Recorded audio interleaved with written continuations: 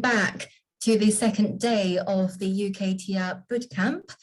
For those of you who were here yesterday, thank you again for joining us for the second day. For those of you who are new to the workshop, welcome. My name is Xiao Ma. I'm the Sustainability Manager for the Timber Trade Federation.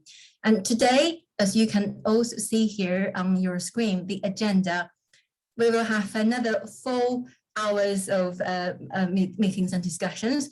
And first of all is the Open Timber Portal, and our colleagues at Obios. Apologize if I pronounced the company name incorrectly. Marco and Oliver, please do introduce yourself properly later. And then after Open Timber Portal, we will be hearing from Roger and Tim at the Agro ESO Lab for a session on timber testing, everything all about timber testing. So guys, prepare your questions and have all your questions ready in the chat box or use the Q&A. After the afternoon, we will invite some existing companies, experienced operators and new operators as well, to share a little bit about their own perspective and due diligence, and on their own challenges and questions perhaps that they have encountered so far with UKTR. So that is the agenda for our day. For today, all throughout the next 4 hours, please do let us know your thought, questions, or anything in the chat box. Thank you very much. I'll now pass the floor to Marco and Oliver. Please, I'll stop sharing. Thank you.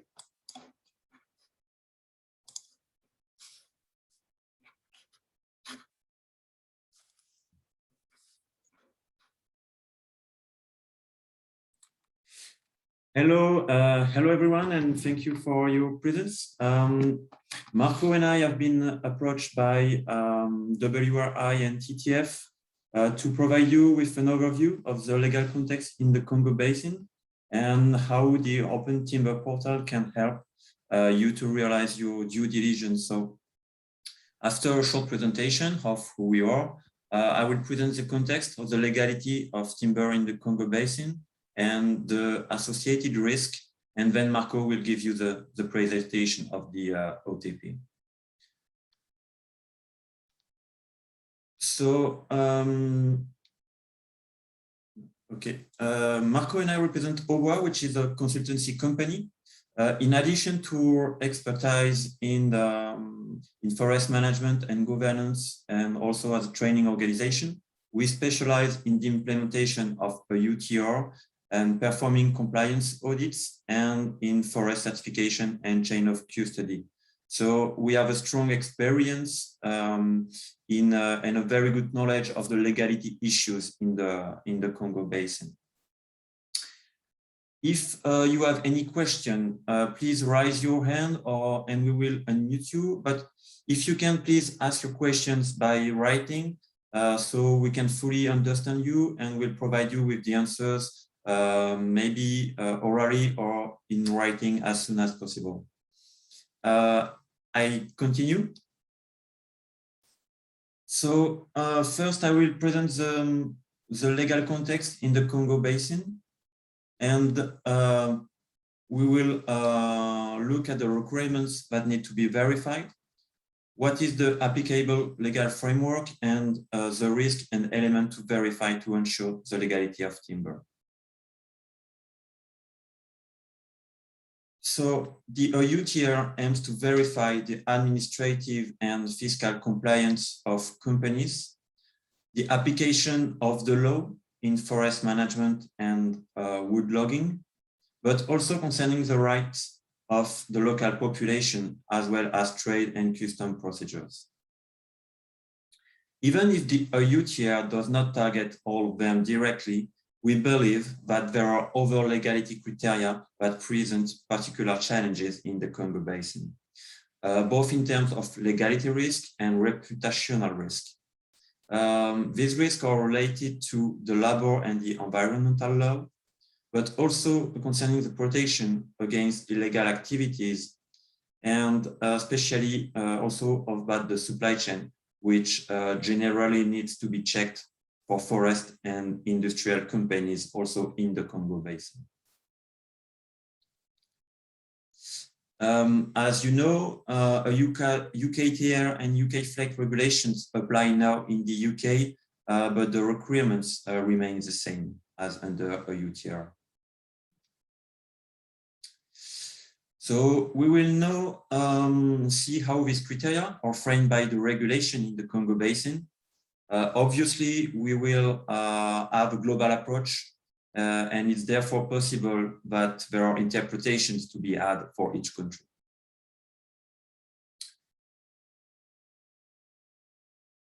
So in terms of administrative compliance, this is essentially involves verifying that companies are clearly established and registered and that the company has the necessary authorization to carry out management and logging activities. The shape of this authorization is, of course, specific to each country. So I don't go into detail.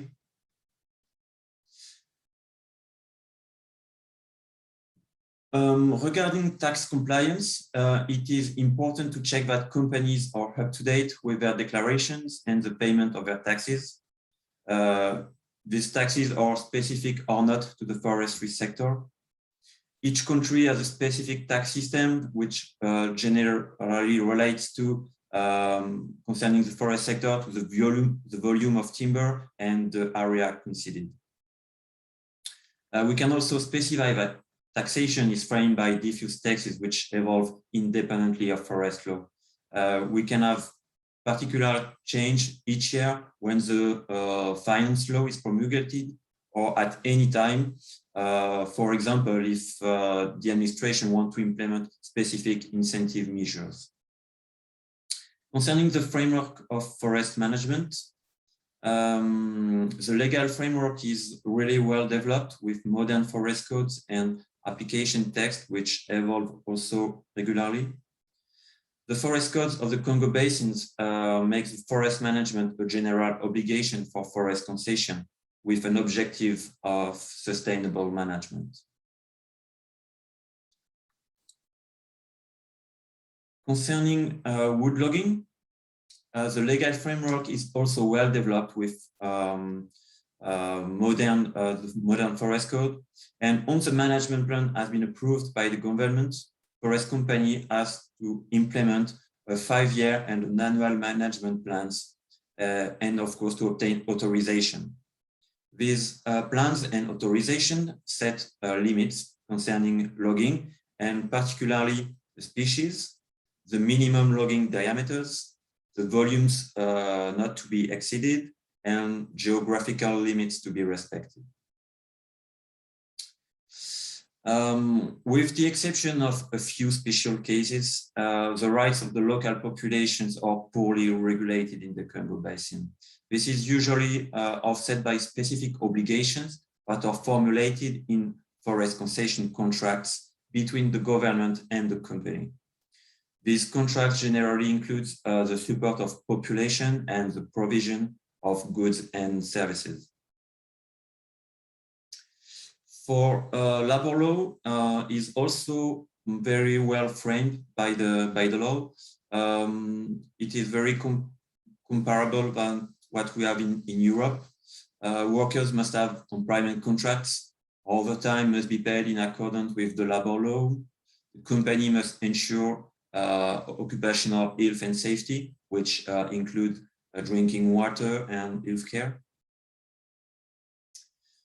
The environmental law is also fairly well developed, and there is specific requirements applying to forest sector concerning environmental impact studies, waste management, and the fight against wildlife poaching. Custom and trade regulation is very standard and functional, as in most countries. The only particularity of the forest sector concerns that some countries have export quotas or industrial timber processing quotas. To the other risk criteria, the company must open their boundaries and the limits to protect from illegal activities.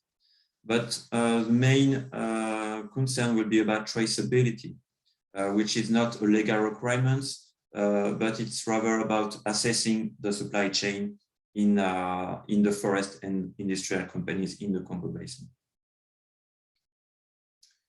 So now we'll have a look at the risk that may exist regarding this criteria and this legal framework. We can note that the companies generally have a very good administrative compliance. They are registered with the various administration. Few of them are affected by judicial decision or administrative measure that imply they stop working. The process of obtaining the forest titles are well documented, and the companies have the necessary authorization for their activities.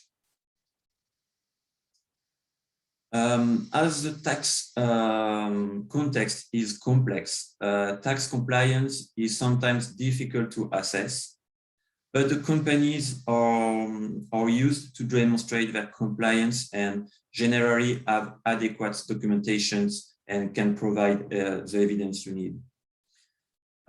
It is also not uncommon for companies to present a payment moratorium, which are negotiated with the administration, or compensation, which are often linked to delays in VAT refunds. Even if forest management law is well developed, a lot of companies are late for its implementation. Forest management processes are sometimes not implemented on time. And in most countries, there are also specific forest titles that have little guarantee of origin and are very difficult to verify. These are mainly what we call vente de coupe, or special permits or community forests, which are framed by text less developed than for forest concession, and where the compliance is more difficult to verify. The logging activities are relatively poorly controlled and documented because it is about field visits, and also because the administration have a lack of technical and human resources to carry out effective controls and to ensure the application of the law.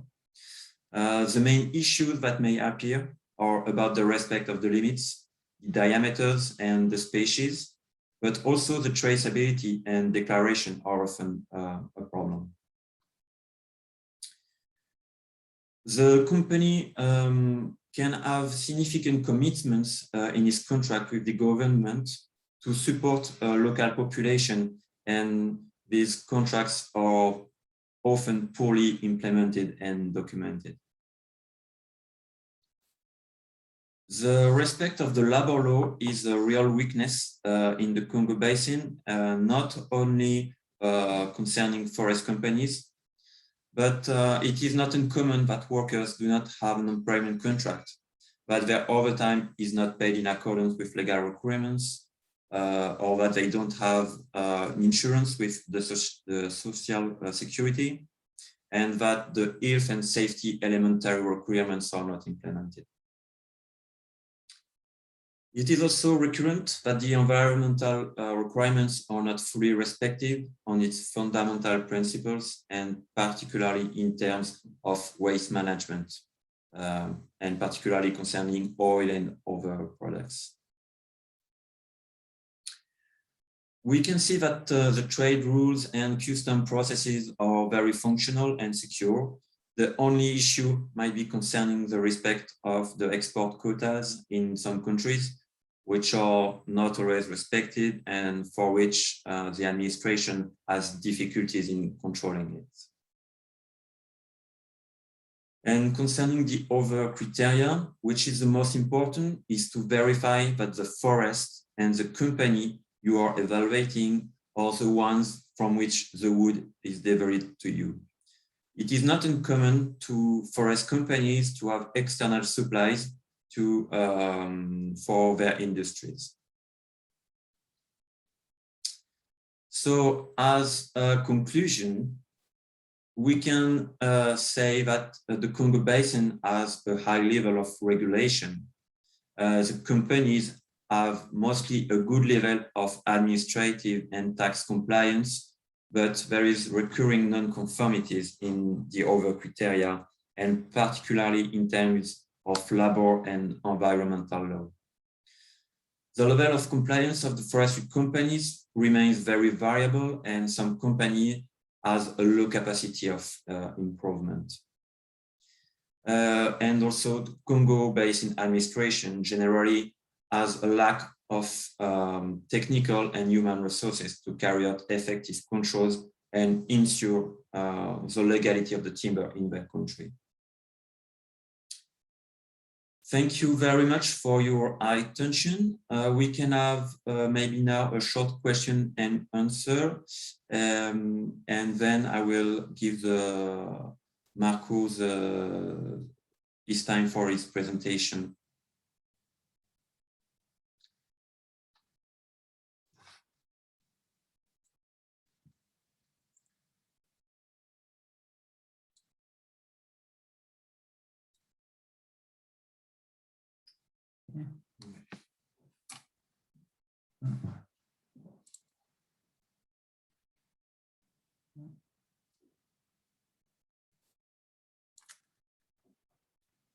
Okay, so good morning, everyone.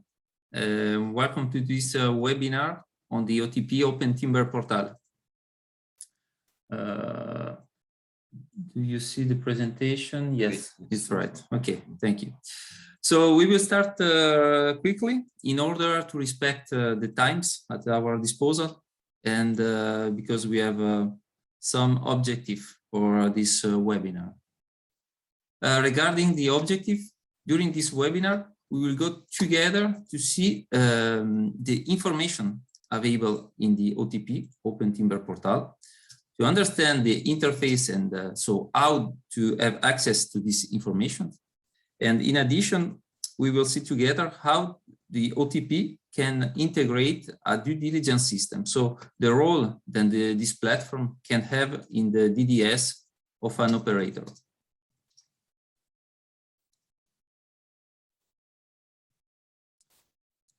Okay, so the Open Timber Portal is an initiative launched by the World Resource Institute.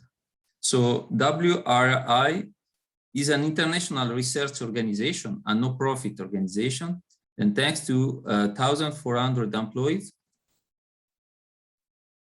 and 12 international offices, this organization operates in more than 50 countries. The work is carried out on 7 thematic programs with 4 transversal teams.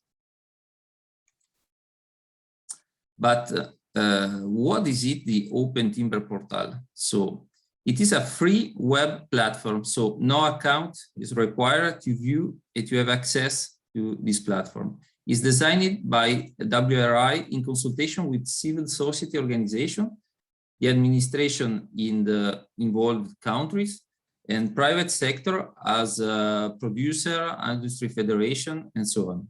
But the goal of this platform is to promote the respect for legality in timber production and trade through the better access to information.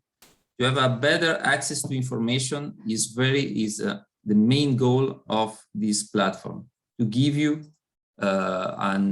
facility to have access to this information. We know that information in case of due diligence system are a lot, but it's sometimes difficult to have access to this information and to find a lot of information in the same place.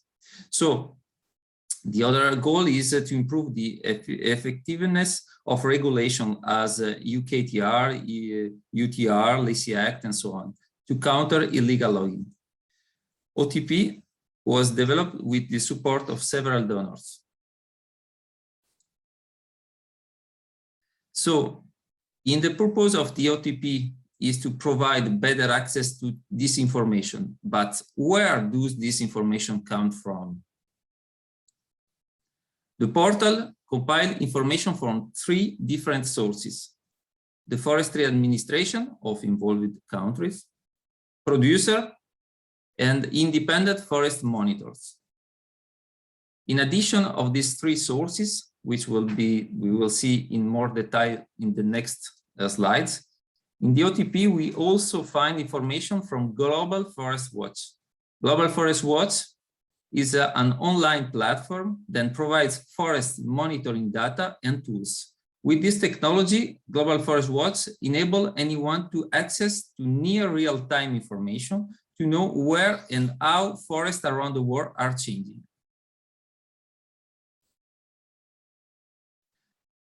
The first source, we said then, is the administration responsible for forest in producing countries. And this administration provides the list of registered producers operating in the country, but also details on forest concession, such as official limits, the name of concession, and the year of start of operation. This information is issued from data compiled in the Atlas Forestier Forest Atlas.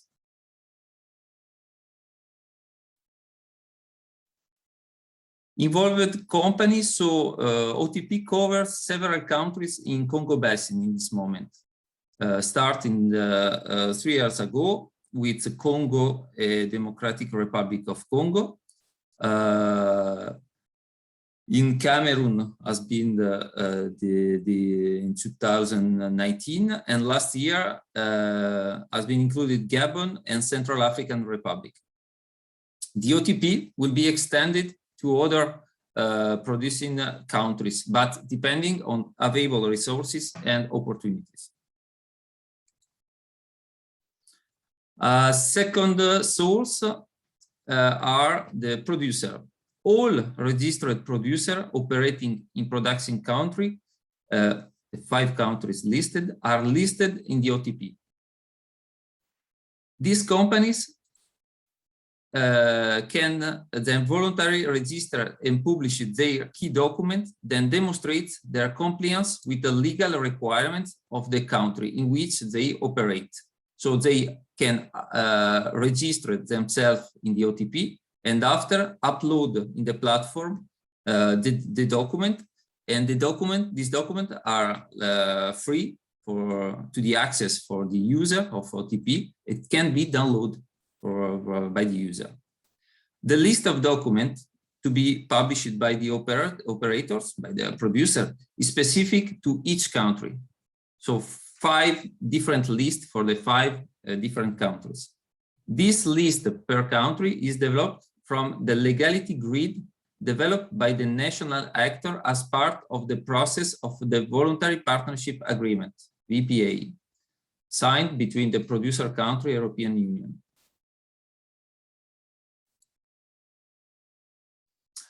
The third source is the independent monitor. Then there are non-governmental organizations, which analyze and submit reports on forest governance and management, as well as timber harvesting and transport. And this organization upload their observation in the OTP. This is an additional information that the buyers, the operator, can use as part of their DDS, due diligence system. Attention, this organization may post observation relating to non-compliance with legal obligation online under condition that these observations are supported by evidence. In some cases, these observations are validated by an official reading committee. So in the screenshot, we can see the observation list. We will check the OTP together later. And checking in the report image, we can open and download, if you want, the report uploaded by the independent monitors. And as said before, the OTP also contains data from Global Forest Watch on the loss of tree cover over time, as well on the protected areas. These data also include the weekly forest cover loss alert issued by GLAD, the Global Land Analysis and Discover. We can check quickly as it works. So, yeah. So we are in the OTP. So this is the first page. We go on producer. And we have the map of the 5 countries with every FMU, Forest Management Unit. You can see, we can click and we have information of every Forest Management Unit, information issued by country administration. Okay. About the Global Forest Watch information, we use the legend. And we can check the tree cover loss in the last 20 years. And very interesting, the GLAD. So the GLAD alerts of the last weeks. We can move, we can decide which is the period then we want to check. And for example, we can launch and we can see sometime some red pixel appear. You can see. We are checking one.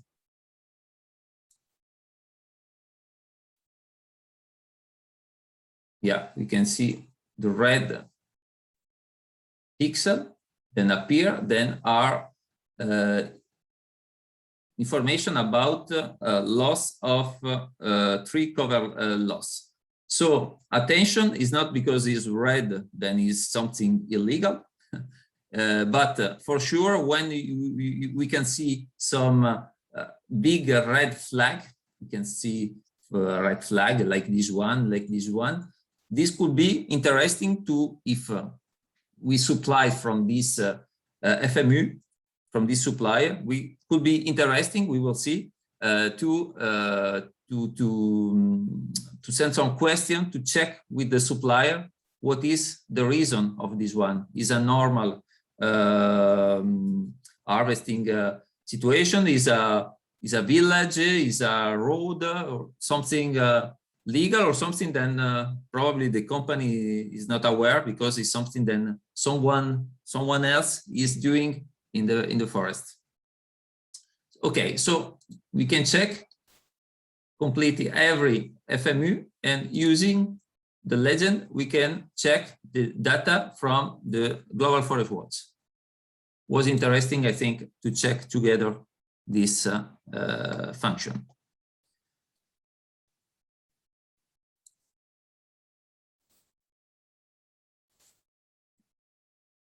Okay.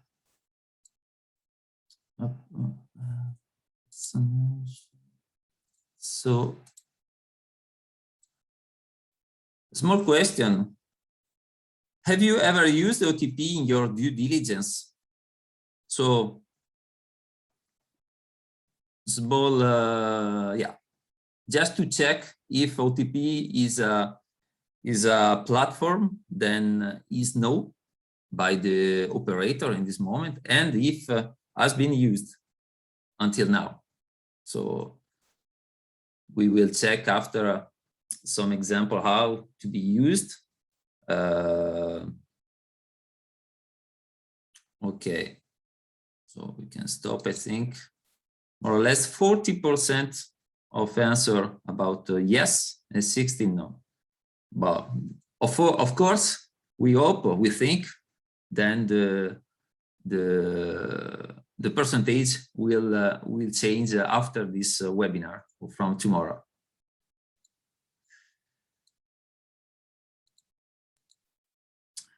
So how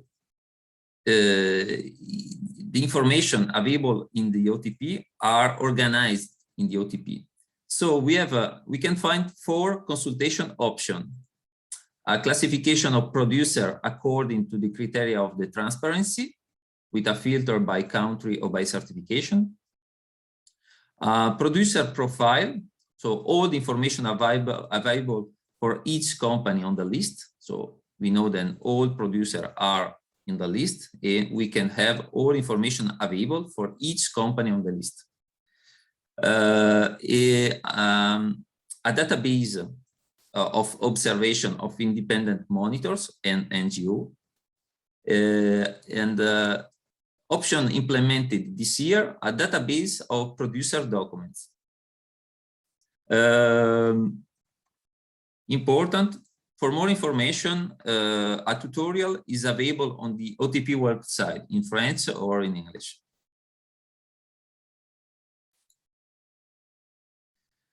To make the OTP data easily accessible and understandable for user, producers are ranked against information published voluntarily. For each operator, a transparency score is calculated as a percentage, taking into account the number of documents made public in the OTP out of the total number of documents required. We can see the ranking with all the companies. This is all the top part. We will check after, then we can go down. But we can see here the score with the percentage, with the name of the company, the country, in case of observation, the number of FMU, and the certification, if applicable, if this company is a certificate holder. This ranking is based on the full list of operators registered in a country. Attention, the other column, which indicate the forest certification, then the company holds, and the average number of observation, not observation in this case, received per visit from external independent monitor, are not taken into account of the calculation of the score. I repeat, the calculation of the score is issued only about the percentage of valid document uploaded in the OTP versus the total number of documents then they should upload regarding the country where they are operating.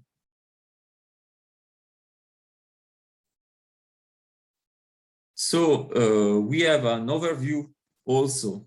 You can see there, before we was in producer, and now, we are in observation. We have an overview by category of observation issued by independent monitors with a severity high, medium, low. We can have here an overview about the different observation issued in the different items. Timber harvesting is where the many observation has been issued, and we can say in between high, medium, low, or unknown also. And we have quite pretty many different filters like type, country, producer, category, source, status, and so on. We have the list of all observation issued. In this moment, we have observation until 2014, until today, but OTP is working to upload also older observation, so is an implementation then will be implemented in the next weeks or months. And a new option from 2021, so for the observation from this year, the availability of geolocation of observation, when for sure the independent monitor give this information on the OTP. It is possible now to find the observation directly on the map.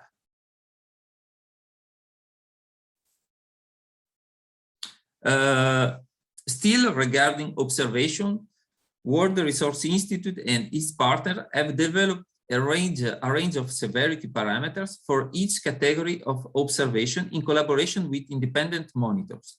The objective is to help the OTP user to understand the relative importance or the more or less significant nature of an observation on illegal logging or a forest governance problem. Is important. Why? Because it should be noted that the threshold used to define the severity categories can lead to an underestimation or overestimation of the severity. You may understand then when we are borderline between the limit from low and medium or from medium and low, you could underestimate or overestimate one observation. So for this reason, the OTP encourages users to interpret the severity of an observation according to our criteria.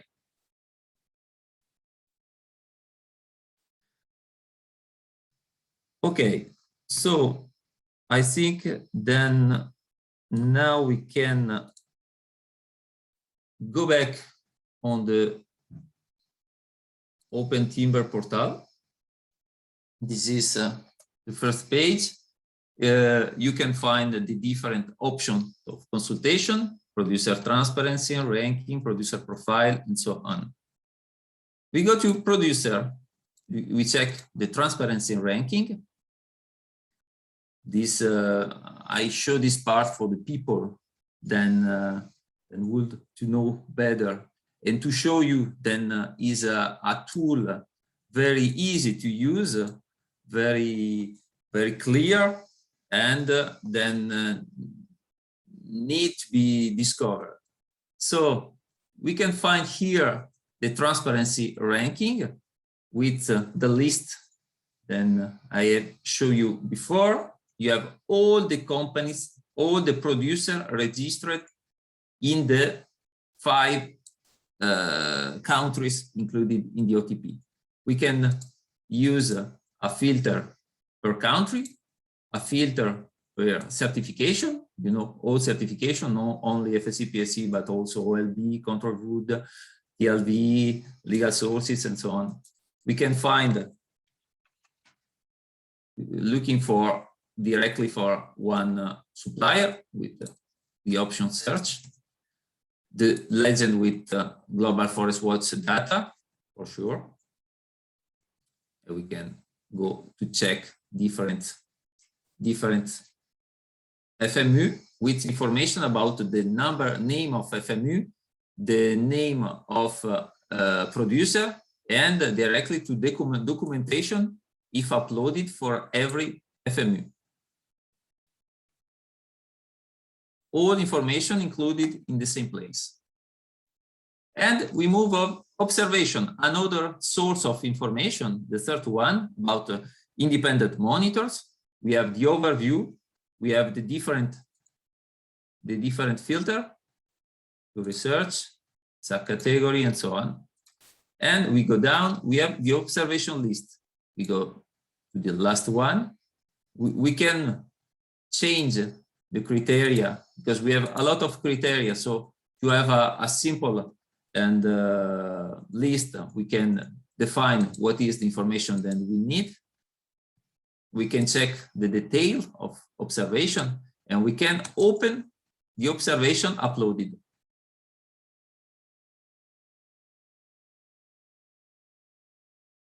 And we have access to the document uploaded, then can be downloaded. Okay, with the severity and the category and so on, the company producer included, involved. And at the end, but not the end, the help section is very, very important and very well done. You can discover it and learn about this tool in this part because you have a lot of information about how the OTP works, about the severity observation, source information, geographical scope, and so on. Other due diligence tool, we will talk about this after. Tutorials, yeah, here you can find the tutorial for OTP user, for login companies, and for independent monitors. Something new, we have a lot of new languages available for the OTP, but English and French, of course, but now also Japanese, Chinese, Korean, and Vietnamese.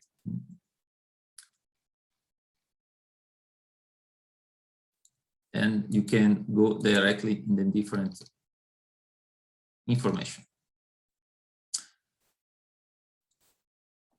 Okay. About the OTP, we can define the OTP as a dynamic tool. Why? Because it's not frozen, is regularly updated by the WRI teams, then performs regular updates. The data loaded by the companies is constantly evolving.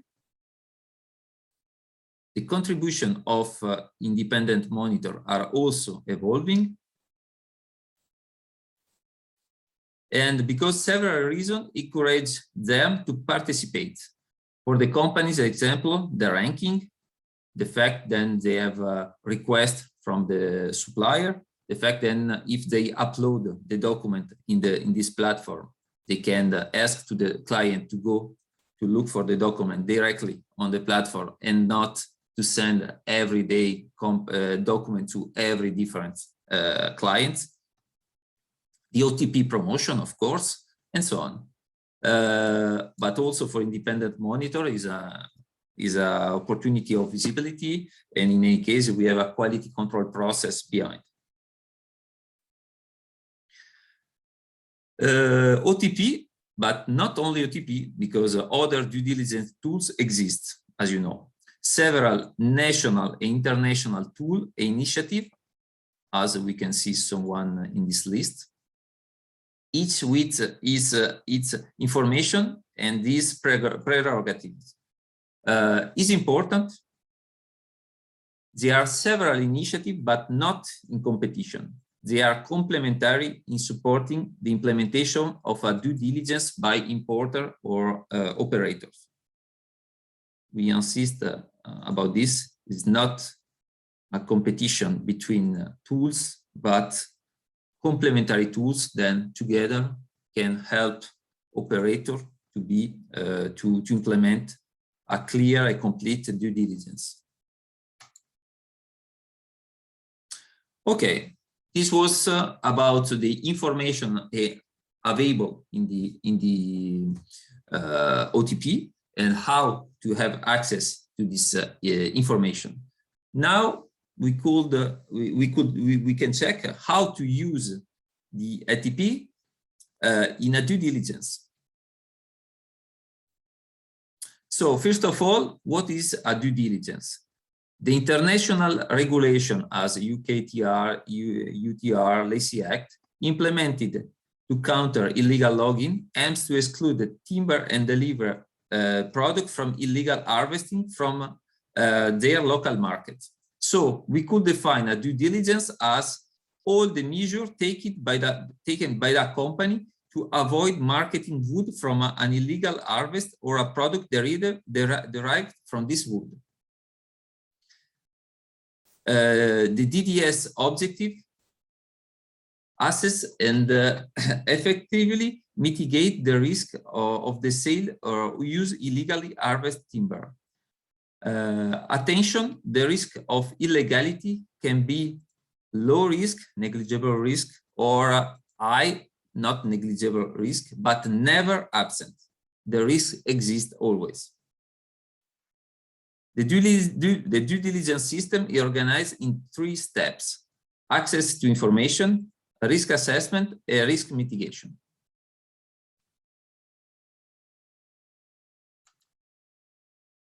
But we have to ask to ourselves, what is it, the illegal timber? Illegality in forestry activities. We are in a situation where we have a lack of international recognized definition. So the applicable legislation is the legislation in force in the country of harvest, which cover the following 5 areas.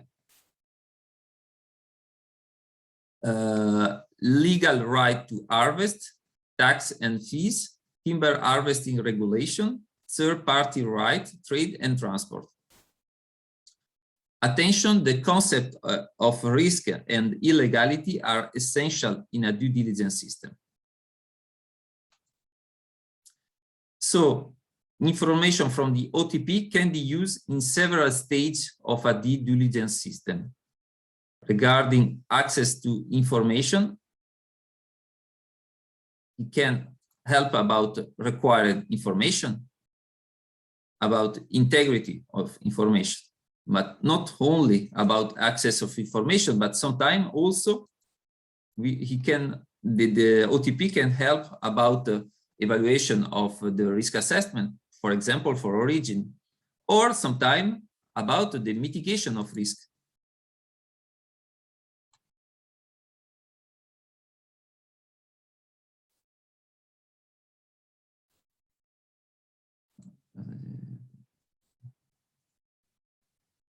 Yeah, this was the partage before. The second question, quickly. Do you know which document to check for each country you source from? Yeah. We start with 100%. We go down at 50% now. Some second more.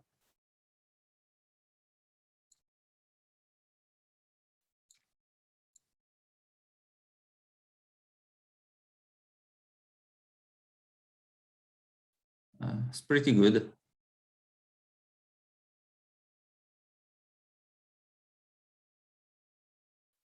Not so bad. So we are more or less 60% of people that know what are the documents that have to be checked for each country.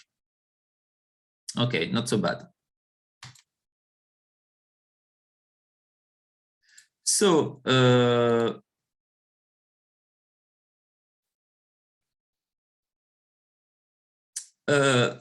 the purpose of document collection is identified if and where are the risks of violation of the law, potentially mitigate the risk identified, and conclude that a low risk, if possible, of violation of the law.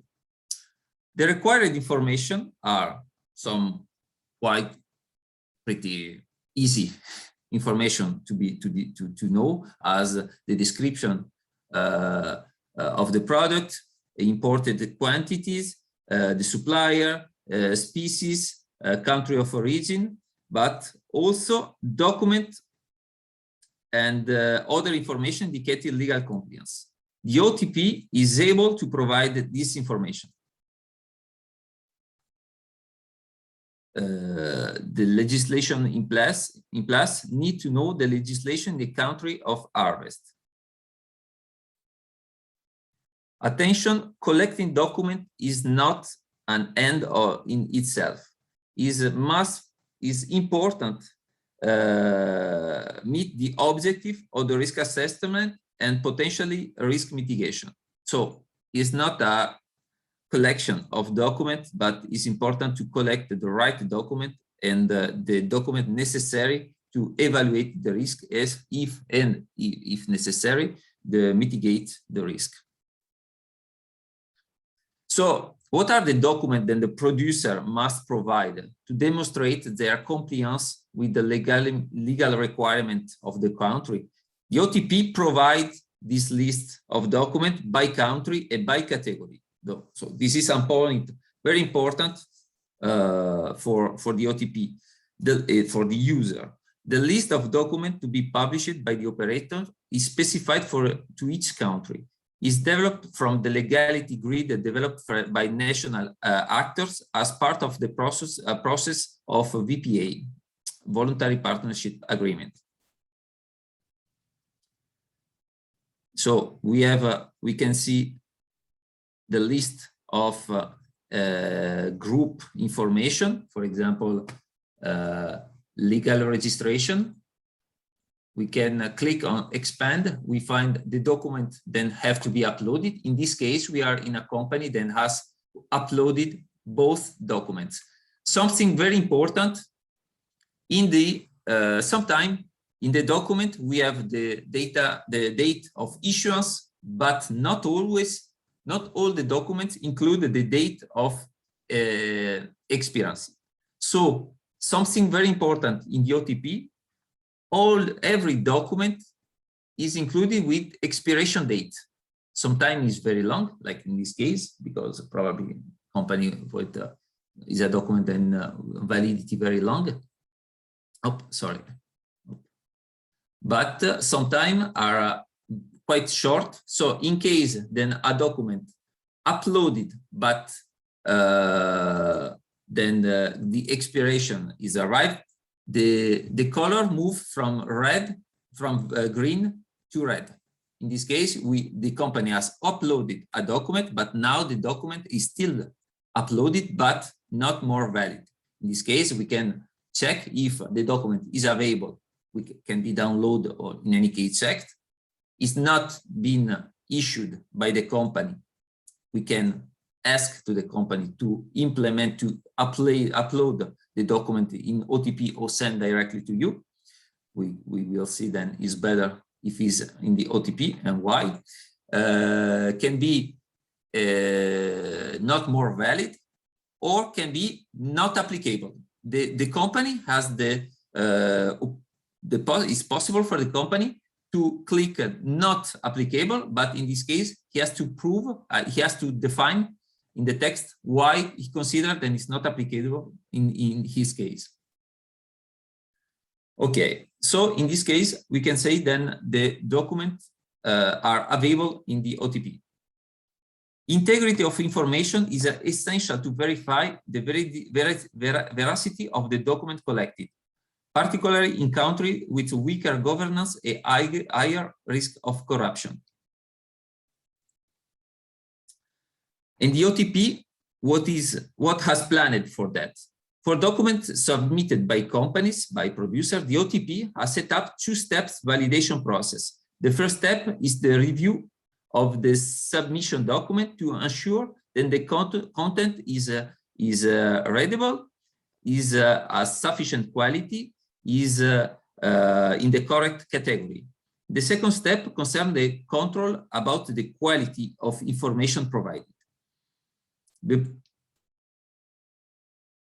The producer documents are also periodically reviewed by external experts. This is about the document submitted by the company. For documents submitted by third party, by independent monitors, there are two additional levels of quality control. The first, World Resources Institute and its local partner verify that the documentation submitted are correctly. Yeah. The form must contain proof as well their correct legal reference. Secondary content control, where comments are provided to in independent monitor in order to improve the quality of documentation submitted. You will see in the observation sometime is written, comment has been issued to the independent monitor. The independent monitor has implemented his observation after this after received this comment from World Resources Institute employed or a partner. But the OTP can also help in the risk assessment of origin or risk mitigation. In some cases, thanks to the information and document available on the OTP, it is possible to assess a specific risk as negligible. For example, thanks to satellite mapping of forest management units or reports of independent monitor, for example. I give you a couple of examples. Example one, a report published by an NGO. One report, we have many reports every year. In this report, evidence of illegal logging in Cameroon in a region bordering to a Republic of Central Africa Republic. So in the border in between Cameroon and Central Africa. The OTP, thanks to its mapping of forest management unit, can make it possible to downgrade this risk because you are realizing your due diligence system, your due diligence. We have this remark, this alert about Cameroon, but with information about the mapping of FMU, then you can find in the OTP, you could downgrade the risk of supply in Cameroon to negligible if, for example, your supplier, your forest management unit of your supply are located in southern west of region of Cameroon, so close to the Atlantic. In this case, clearly you are in a different zone from the zone where this report has been produced. Okay. A second example, a newspaper article informed, for example, then a conflict in the Democratic Republic of Congo between a logger, producer, and local population without giving more detail on the parties concerned. This could be a risk identified. So the OTP, thanks to the document made available by the company, for example, the company has uploaded the document regarding the chapter rights of the population, all the documents are uploaded and valid. And also, for example, this company has received some observation from an independent monitor, but about a small problem about harvesting, for example, but not remarks about, not observation about problem with local population. So using this double information, you could downgrade the risk of supply in the Democratic Republic of Congo for your supply to negligible concerning the specific point raised through the information of the newspaper. Okay, these are very specific case, but each operator, I'm sure, then are for sure met case like this one during your due diligence in the last months or years. Here we want just to show you how the OTP tool can come to the aid of operators and constitute element of risk mitigation.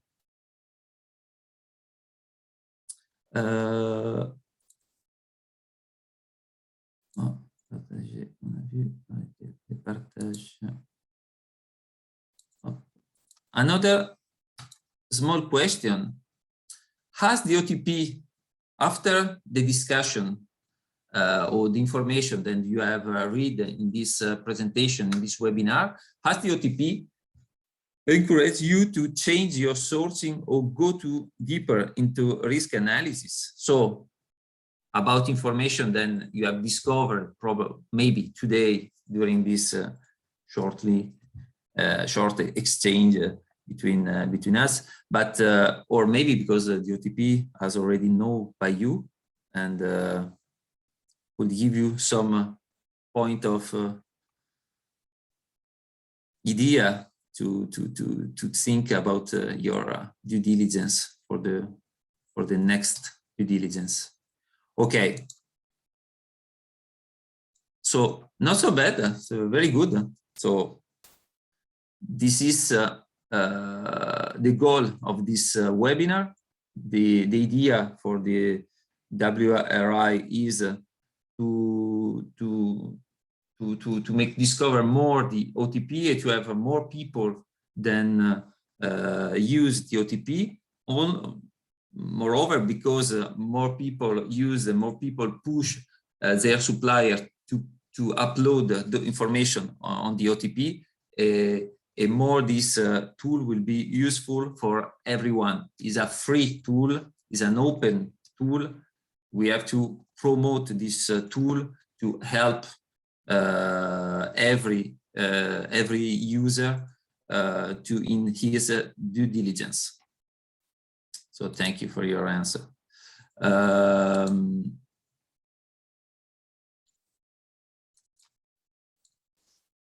So last point to finish, because we have a lot of other, I see a lot of red light on the discussion. I know then Olivier is working in the answer. Probably we will check later. You can answer directly. Maybe after the scenario or right now. Okay. Now for scenario. Okay. So we have the time, no problem. For one time we have the time. So a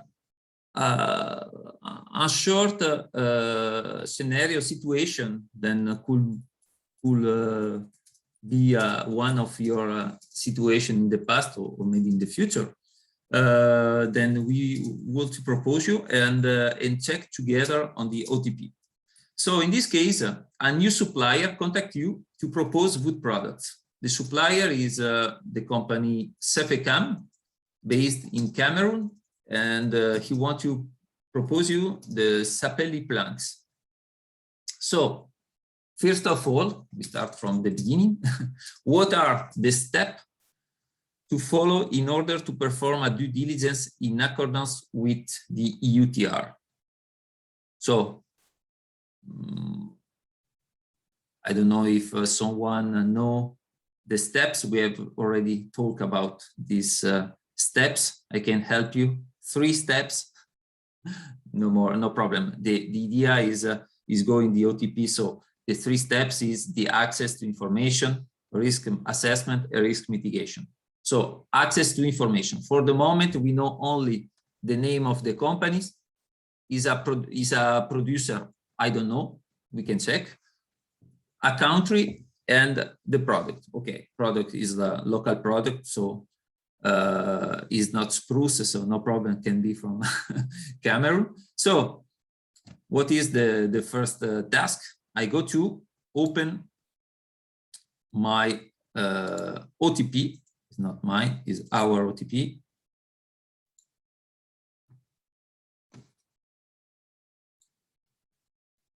Okay, so Cefecam is a producer, yes or not? So I go producer.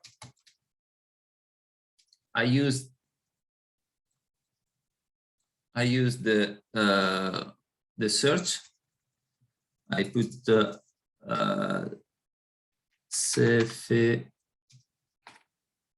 Cefecam Cameroon. Yeah, exists.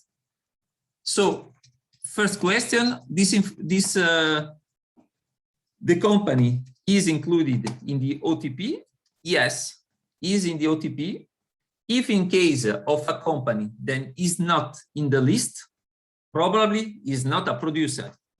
It could be a trader, it could be a sawmill, then is not producer, but buy logs from producer, different producer. So yes, we can continue the research. If not, it's not a registered producer. So you have to ask to the supplier to discover, to mapping the supply chain, because your potential supplier is not a producer. So for sure, you have someone other companies before to arrive to reach the forest. So in any case, in this case, we have a producer. So Cefecam. Cefecam, this is the overview about, they have not included text about the company. It's not a problem. We go directly on documentation. We can see then the company has uploaded more than half of the document. 59%. We have the orange is our document not uploaded, and red are document uploaded but now expired.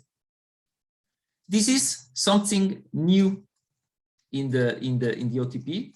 Is a new 2021. In fact, we can have a view only from April, but you can check quickly the evolution of percentage of ranking of the company At the beginning, no, at the end of April, the percentage was less than 20% of uploaded documents valid. The companies work a lot around June to move to a percentage of around 60%, 58, and after some document expired, probably. We see then, in any case, the company has start to work to upload the document, not all the documents. What documents are uploaded? We can check. The two mandatory documents for required documents for Cameroon are uploaded. The date of expiration is available. If we check, if we click on the document is available. Okay, is available. It will be always available. So you could include in your due diligence, the document is available on the OTP. If you prefer, you can download the document on your in your system. User rights. We can see then this company has 9 forest management units. Okay, we can check where are these companies, this FMU. 4 here, 11,003, 004, 002, and 006. And other smaller here, 5, 9 at all. So about user rights, we have not documents available for the big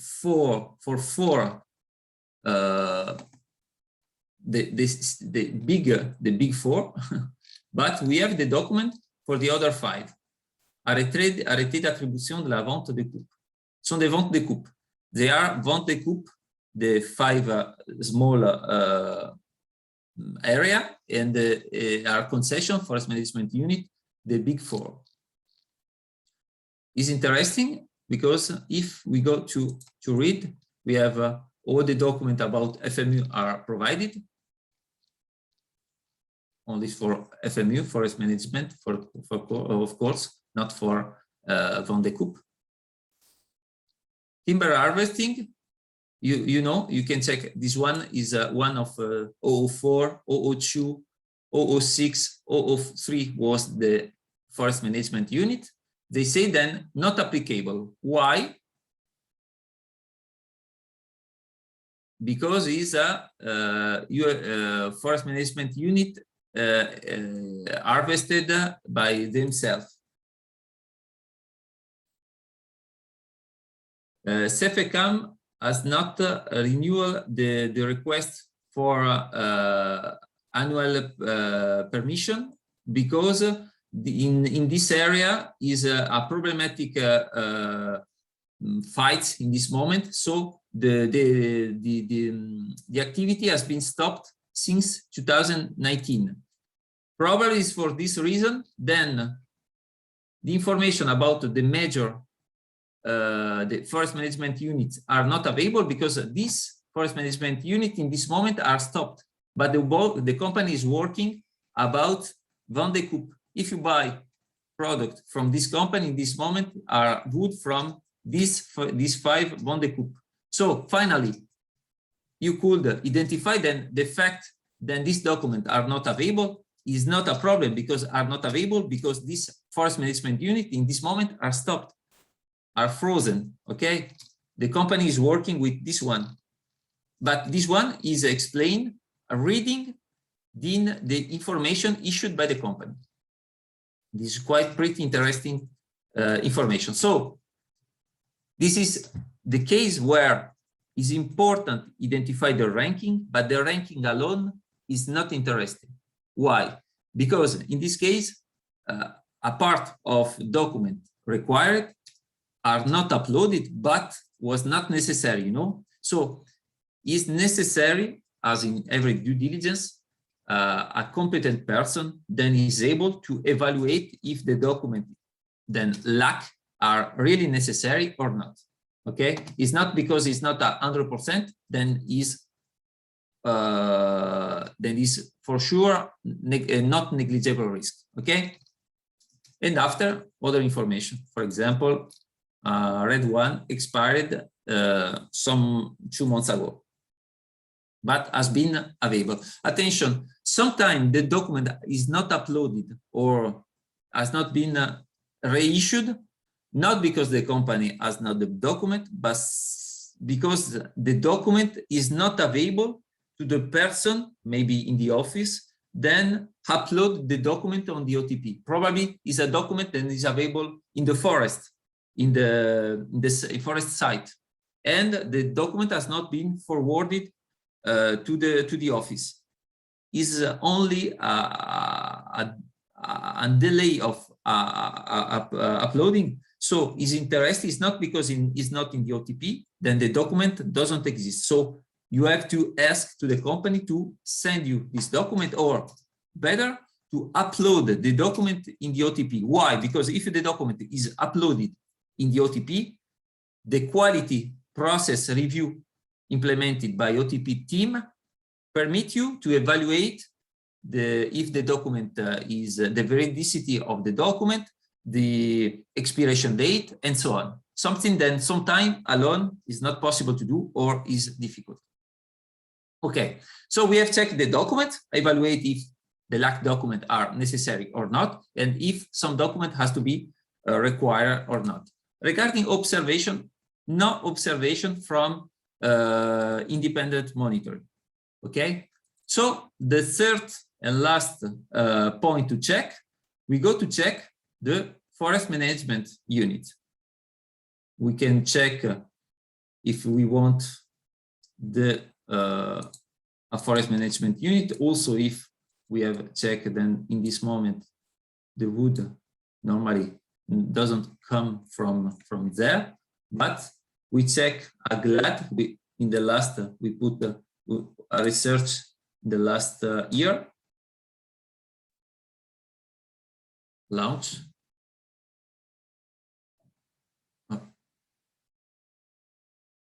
Some small point, red point, we could ask to the company why, if this forest management unit is not used, you have some red point.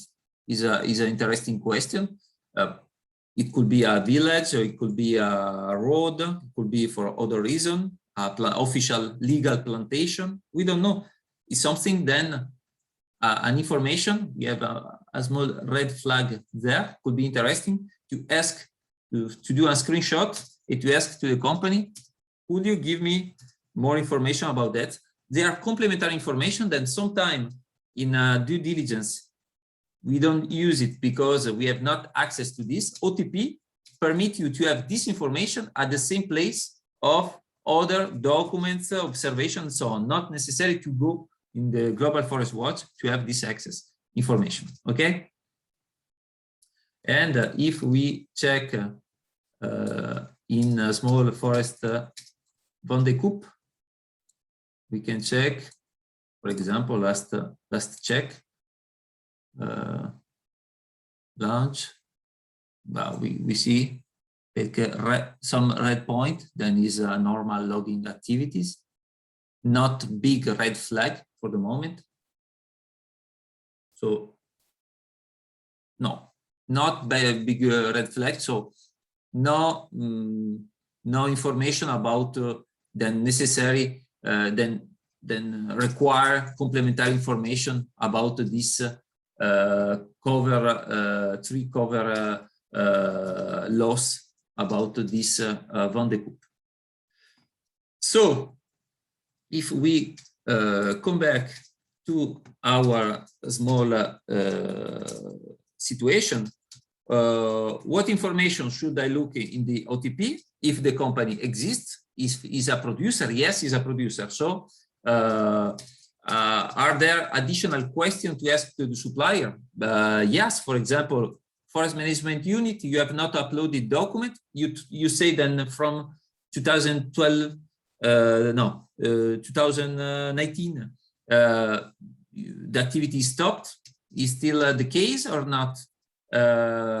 please, if it's the case, send me the document then are not available, but then you have in your from your site. But something then I have detected in the Global Forest Watch data, I have seen a red flag in the forest management unit, then in this moment are frozen. So why?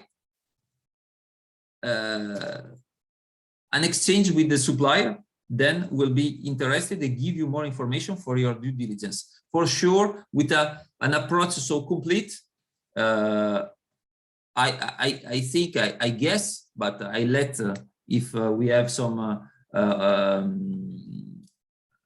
national authorities then attend this webinar but from our side, we consider then is an approach quite complete. Then for sure, show then operator is implementing something complete, and he want to check the maximum about information, to collect the maximum information to realize his risk evaluation. Okay. And for sure, we arrive at the end, the DDS conclusion.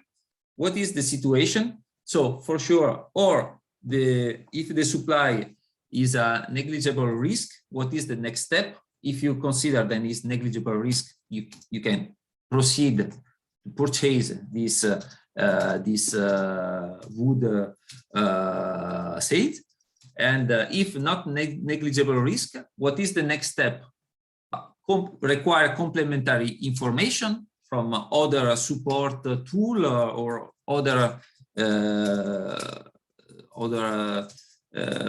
system that could give you information. Or last option is to implement, to send, to launch a third-part audit on file realized by qualified independent body. This is the last solution to try to realize a mitigation risk. So from my side, that's all. I think then we have some question. We try to reply to your question now for the time then we have. We will have your question. If we are not able to reply to all, you will receive an answer by email today or in the next days.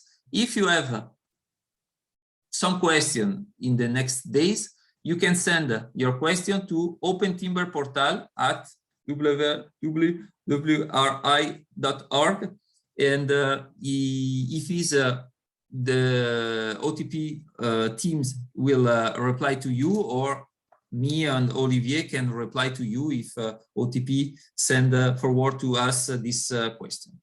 So thank you very much, and we move to your questions. We have a lot of very relevant questions, which implies very difficult answers. We are working on it, and we will answer on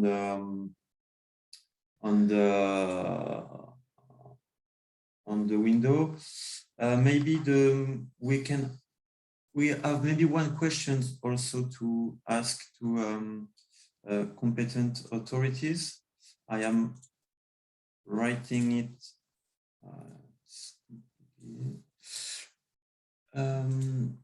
About a question from James.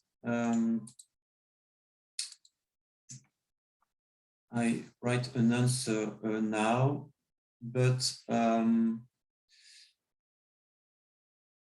can't find the question.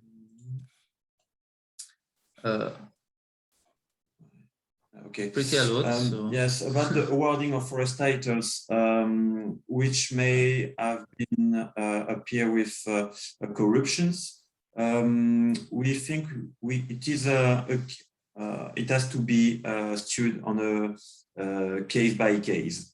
We should take into account specific context for each case and the time that on how long is it it happens, because we cannot change these processes. and to listen to the arguments. Maybe it would be interesting to have the point of view of the competent authorities that are present. Does anyone want to raise his hand to answer? I think there's one person, Leslie Mason has raised hand. If you would like to unmute Leslie. Who is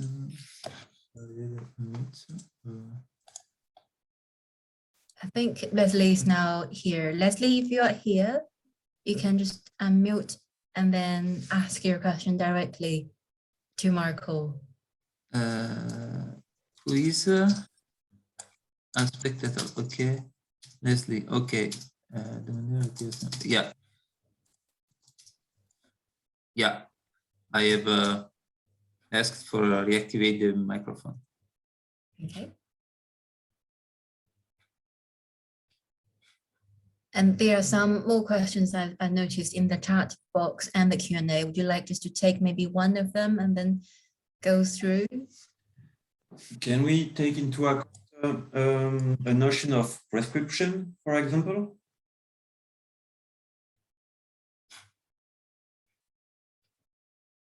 Sorry, say that again, Oliver? For this question of James, I'm wondering, because it's a very interesting question, maybe we can also take into account a notion of prescription of the awarding of the first titles. Okay. Oh, you would like to speak with James directly as well, because we can unmute James. What would you like to do? We can write. Okay. And maybe you need to move forward on the other presentation. Okay, so how about some other questions? For example, this one from Ken. Ken asked whether OTP can help mitigate the risk of potential mixing of accepted and not accepted material. Because that is another thing, a major risks. I will let Marco answer. Yeah, about how can OTP help mitigate the risk of potential mixing of acceptable and not acceptable products. As said at the beginning of last scenario, it's true then the OTP include the producer. So really the company then realize the job. All it is not a tool that permit to identify the supply chain. So about mixing in the supply chain for sure is not possible through the tool. How the OTP may mitigate the risk of mixing in the producer?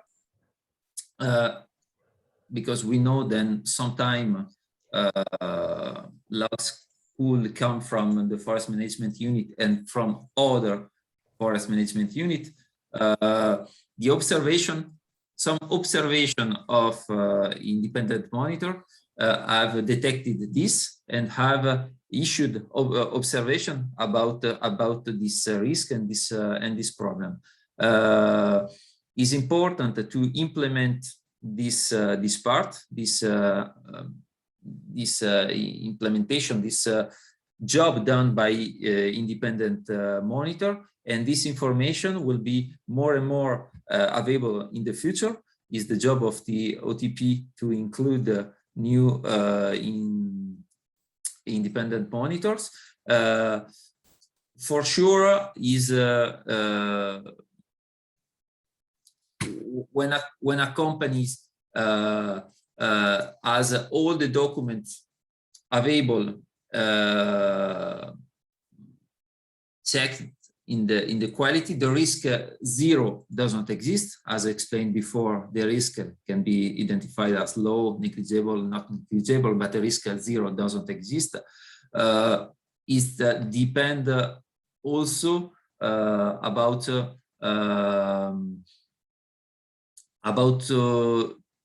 the information of to check with the company, with the supplier, if they purchase logs also from other producer. Not we have not to think only about the logs from illegal sources, but also buying from other producer, other Van de Koop or other producer. I see then Marie want to. I go to open the microphone. What? Also Leslie. Leslie and Marie. I open. Yeah, It's no, not. so, yeah. It is not actually Marie, but I'm just surprised that I'm using the name of Marie. I could not change it. I don't know why, but I'm Achille Diago. Yeah. Coordinator of the Open Timber Portal in the Congo Basin. So my role is actually to ensure the quality assurance of the data into the platform. So I just wanted to give some bit of information to support what Marco and Olivier have already rightly explained concerning the documentation, because one thing to understand is that it is possible to have materials from unknown sources and known sources, but the advantage that we have on the ground is that we have an existing program that is already working directly with the administration, which means that it is not possible for a company to hide some of its sources of harvest. So that is already fundamental, because for the case of Cameroon, you have a lot of small titles where illegalities is happening, and then you have the big titles where everything is compliant. So when we have this information, this helps to make sure that all these sources are displayed on the company profile. And then if he is not able to provide documentation for these sources, this makes his score to be lower. So if you look at the case of Sefecam, for example, they have that he just explained as a case study for this training. They have concession. They also have Van de Koop, which are the sales of standing volume. So most of the time, the documentation for that type of sources are low. So you can use that as part of your due diligence to say, if from these sources he's not able to provide the documentation, it is very likely that the wood from this source is not legal. And then the other point was about the documentation that for the case of big wood that has some concession issue without following due process. I would just like to explain that with the OTP, we are also engaging in trying to fill some of the gaps in the laws because we work with the administration. We have identified a lot of documentation that cannot be issued, because for that case, for example, it is not only that company that is in that situation. We have several companies that is are in that situation, and there are specific documentation that they cannot get from the government, because they cannot provide evidence that there was a real committee that sat and discussed and agreed that they will receive, they will be allocated that concession. So the purpose is also to find out how the government is going to bridge that gap if they want to, if this company have to achieve the flex license, because the OTP is voluntary. So the main purpose behind also is to push the government to put in place a favorable environment where companies can get all the required documentation to be able to get the flex license when the system will be in place. So that's what I wanted to add. Thank you, Achille. Leslie, maybe you have a question. I'm not so sure that Leslie is here, but Okay. there's another question from Diren. Diren asked if OTP mainly is OTP mainly for African-based companies.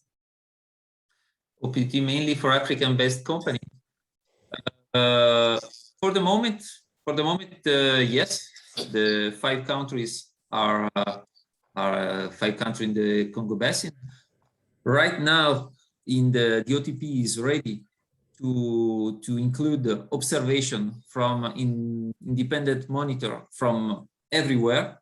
So if in this moment an independent monitor want to upload observation from Vietnam or can be done.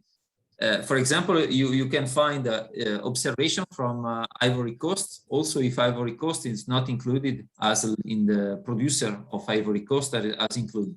So for the moment, observation from everywhere is possible. As said during the webinar, OTP WRI want to extend to reach other countries for sure. It depends by opportunities and resources. But for the moment, yes, the Congo Basin. Five countries in the Congo Basin. Thank you very much. I think that's all the questions. Oh, there's one more here. You mentioned, no, okay, sorry, no. If I could ask a question, please, Marco and Oliver. You mentioned earlier that there's a network of independent forest monitors in those countries and regions. How can operators connect with those independent forest monitors? Do you have a list of all the NGOs and monitors in those countries that we could reach out to? About this is independent monitors, then could be in touch with directly with the OTP more than with the operator, but operator could if they are in touch with NGO in some country, could ask to this NGO in other countries, independent monitors, to be in touch with to contact OTP to upload, because it's necessary. It's not the registration is not necessary for the user, but it's necessary for producer and for independent monitors. It's for this, then you can sign it in the website. It's not for the user, but for independent monitor for sure. It's normal. They cannot accept it. Then no. Every organization can upload every document without control to be included in the quality control and so on. I don't know if Achille maybe wants to reply to this. Maybe he has. No, it's not Achille. Okay. Okay. Right. The link, so the independent monitor have to reach maybe.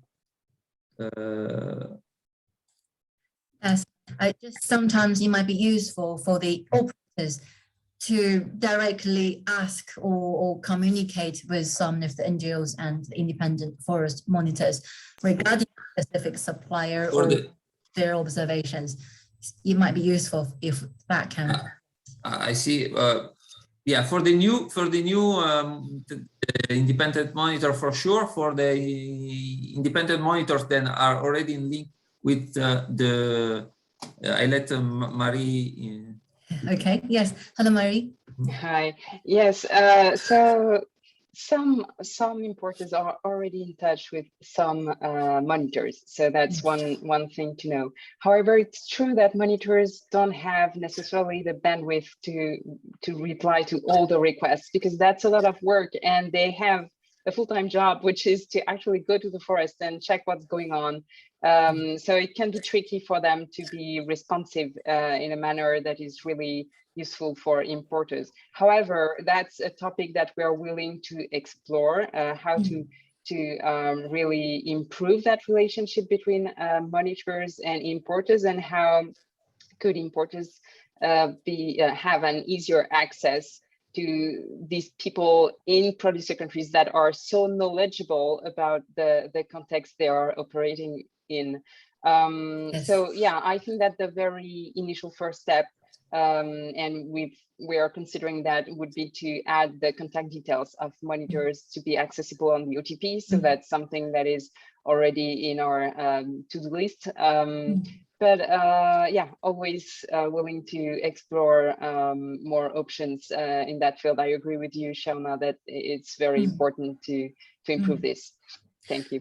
That would be very useful. Thank you, Mary. Thank you, Marco. I'm just conscious of time.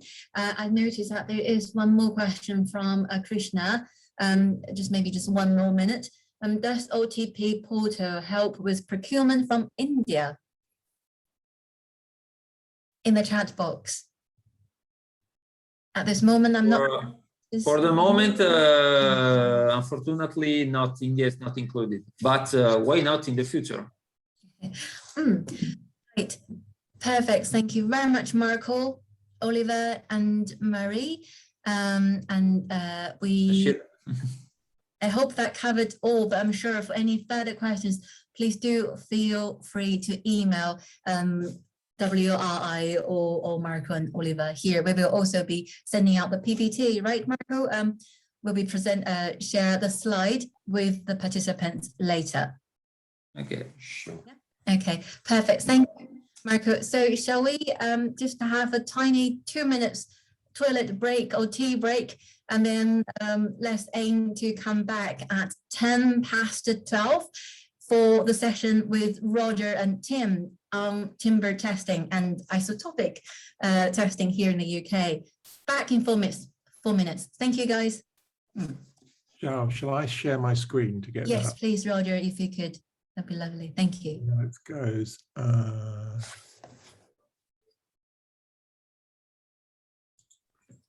Did that work? Yes, let me just move. Yes, it worked. Well done. Good. Cool. So I'm planning to talk for about 35 and then we'll go from there. Yep, that's fine. That's so good. We are on time. Don't worry. Just to have So you can see the main screen. You can't see my notes screen. No, I am seeing your main screen, Roger. Perfect. Absolutely. Thank you very much. And the polls, are you going to insert the polls? Yes. So when people come back before you start, I'll release the questions. Okay. Okay. Yep. Perfect.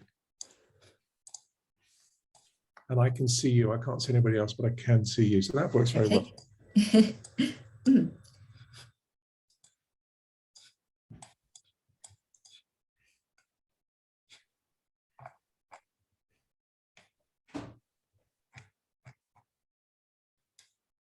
Okay.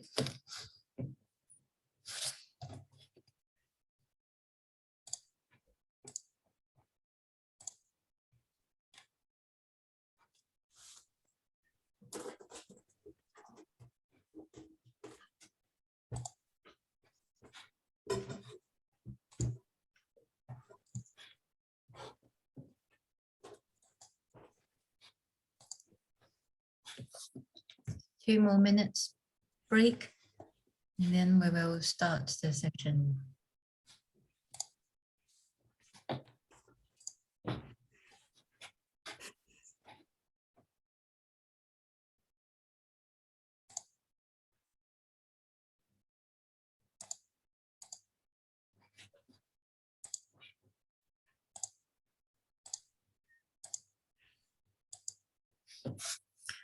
Okay, I've just shared the poll questions here. So when people do come back, we could start completing the questions. Can you see it as well, Roger? Yep, I can, thank you. 1 more minute. Okay, so for those of you who are here, please do let us know your answer to those 2 quick questions on timber testing. And please do continue use the chat box and the Q&A to let Roger and Tim know your current any concerns you have or any questions you have. Speed testing, isotopic testing.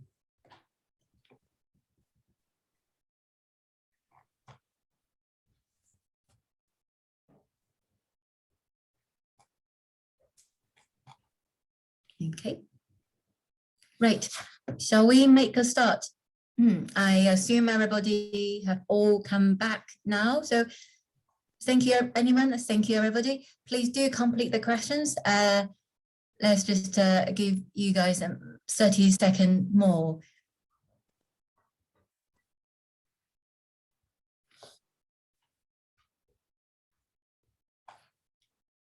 Right, 10 more seconds.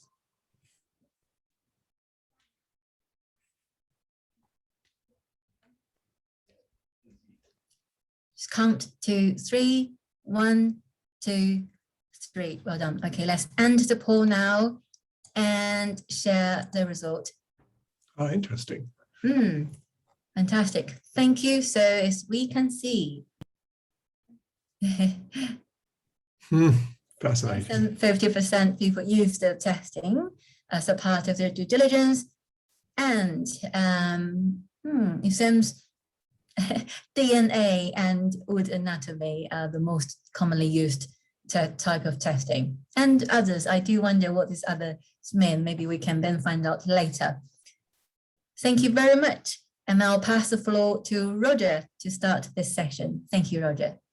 Thank you, Zhao. Thank you very much. And thank you, the Timber Trade Federation. It's a privilege to be here. I'm going to give you about half an hour, maybe a little bit longer, of a presentation together with, and then afterwards, myself and Tim Fox, who is our wood anatomist, will be free for your conversation. I'm going to try to pitch this talk not just as a pure science. I'm going to try to pitch what I'm going to say in the context of the due diligence story you heard before, so that you understand how we operate within the world. So AgriSlab has a 20-year experience. We're a highly specialist laboratory. We really only do stable isotope analysis for origin, and we have a 20-year experience in food. So what you're going to hear is going to be about a set of science technologies that we've used at a service delivery level for over 20 years in food. And in the last 10 years, we've begun to move into food. So thinking about the context of where we fit in on the demand side. At the moment, there is very little funding or capability around the world on the supply side, but that's going to change. There's a lot of initiatives, particularly coming out of NICFI and the Norwegians, for funding to do what they're calling in-country capacity building. But the current position is that the supply side certification of food of timber is delivered by audit and certification, and we currently have a role on the supply side, on the demand side, and that is different. That does give us in a different position. We're often seen as competition to audit and certification, and we absolutely are not. We're here to help, and in fact, because our evidence that we provide is completely away from any paperwork, you can see that certificates of analysis can be in support of due diligence as a totally independent set of evidences. Here is a list of all of the current technologies. There are other ones. I've left out of here machine learning. There is an enormous investment going on, particularly in the United States, to try to find devices that could screen. There's a device that we've got and is being piloted called a Xylitron, developed by John Hermanson at the University of Washington, Washington State University. And that device is possibly going to become a device that you could use as a screening device, as a non-technical device, or the aim is to be non-technical. But currently we have wood anatomy, SIRA, which is what we do, stable isotope ratio analysis, genetics, near-infrared, and DART. And we'll talk a little bit about DART later on. I think the most important thing to realize is that they shouldn't be taken in isolation. They could be taken together. Near infrared, for example, we think there's some inconsistent results. We're very interested in all these different technologies, and that we know there's some handheld devices that claim to be working well in near infrared, and we have some doubts. Genetics is undoubtedly extremely powerful. It's very, very good. For example, at a point of export, you could, in theory, determine that logs that are leaving the country very definitely are the right genetics for the forest. The problem with genetics is that if you have a plantation and you've transferred genetics from one location to another to build plantation, you've got new genetics, you've got the same genetics. So it's not easy to see that that is location specific. And with species like oak, the genus oak, which hybridize very readily, then there's quite an interesting issue to do with genetics of what are you tracking. But there's no doubt that if somebody is claiming something is species A, genetics is a very powerful way of confirming that is true. Wood anatomy, of course, is the original one. It's been around for a long time. We'll talk a little bit more about that in a while. The problem with wood anatomy is that there aren't many of the people who can do it. We're very pleased to have Tim on board, and the team at Kew and various other places at the Von Thunen Institute. Gerald Koch, if you know him, Dr. Koch, is fabulous. But the problem is limiting resource there. DART it's an acronym. It stands for Direct Analysis in Real Time. And it's a way of using a very expensive machine. It's definitely a technical machine, has to be used by a lab expert, but its advantages is real time. You put a sample of wood in as a little toothpick-sized piece of wood, and it will tell you almost immediately what the species is, providing you've got a reference data. All of these technologies, by the way, are comparative technologies, and we'll come to that because that becomes a very limiting factor. In our previous world in food, for example, if we wanted to build a database of the UK strawberry producers so that we could determine whether a strawberry was true to the UK declaration, then we needed to have a database of strawberries, and we did that in 1 week. We built a database of the British pig industry, and that took 3 years, but none of those were really very difficult. But for all of these technologies, to build a database of appropriate, valid samples of timber is extraordinarily difficult. We're talking about an enormous numbers of species. For example, in a rainforest, there might be 200 species per hectare. They're difficult to get to, they're large. There's a huge issue to do with permissions. And the sample has to arrive in a biosecurity framework that makes it safe and also usable. So we recognize that, and you will see later on that we think we have a solution that is now working very well. So there is the list of science-based technologies. Let's just think a little bit of how they would be used. How would you use it as a timber trader? We've got this flow chart we use quite a lot. And what you need to understand is that there's an order of play. And for everything that you trade, there will be a point at which you will have a document. It could be your due diligence into UK, or it could be your Form 505 into US. And on that form, you have to declare, amongst other things, you have to declare a species and you have to declare an origin. Sometimes they'll accept species at the genus level, certainly the Americans will, and I think that the UK will a little bit, providing all the rest of the due diligence is solid. However, our technology, stable isotopes, and certainly most of the other technologies, we need to know what that species is first. So we're very interested in species, because there's no good taking the declared species if that's wrong. So we've got a process, and if you look at the top of the chart here, the first thing you'd want to be doing is to checking your species. And from there you can, if you have a non-conformity at the species level, you may not want to go any further. You may already have a problem. If somebody's saying something is species A and the discovery is it's species B, maybe you don't go any further. And this would apply to enforcement as well.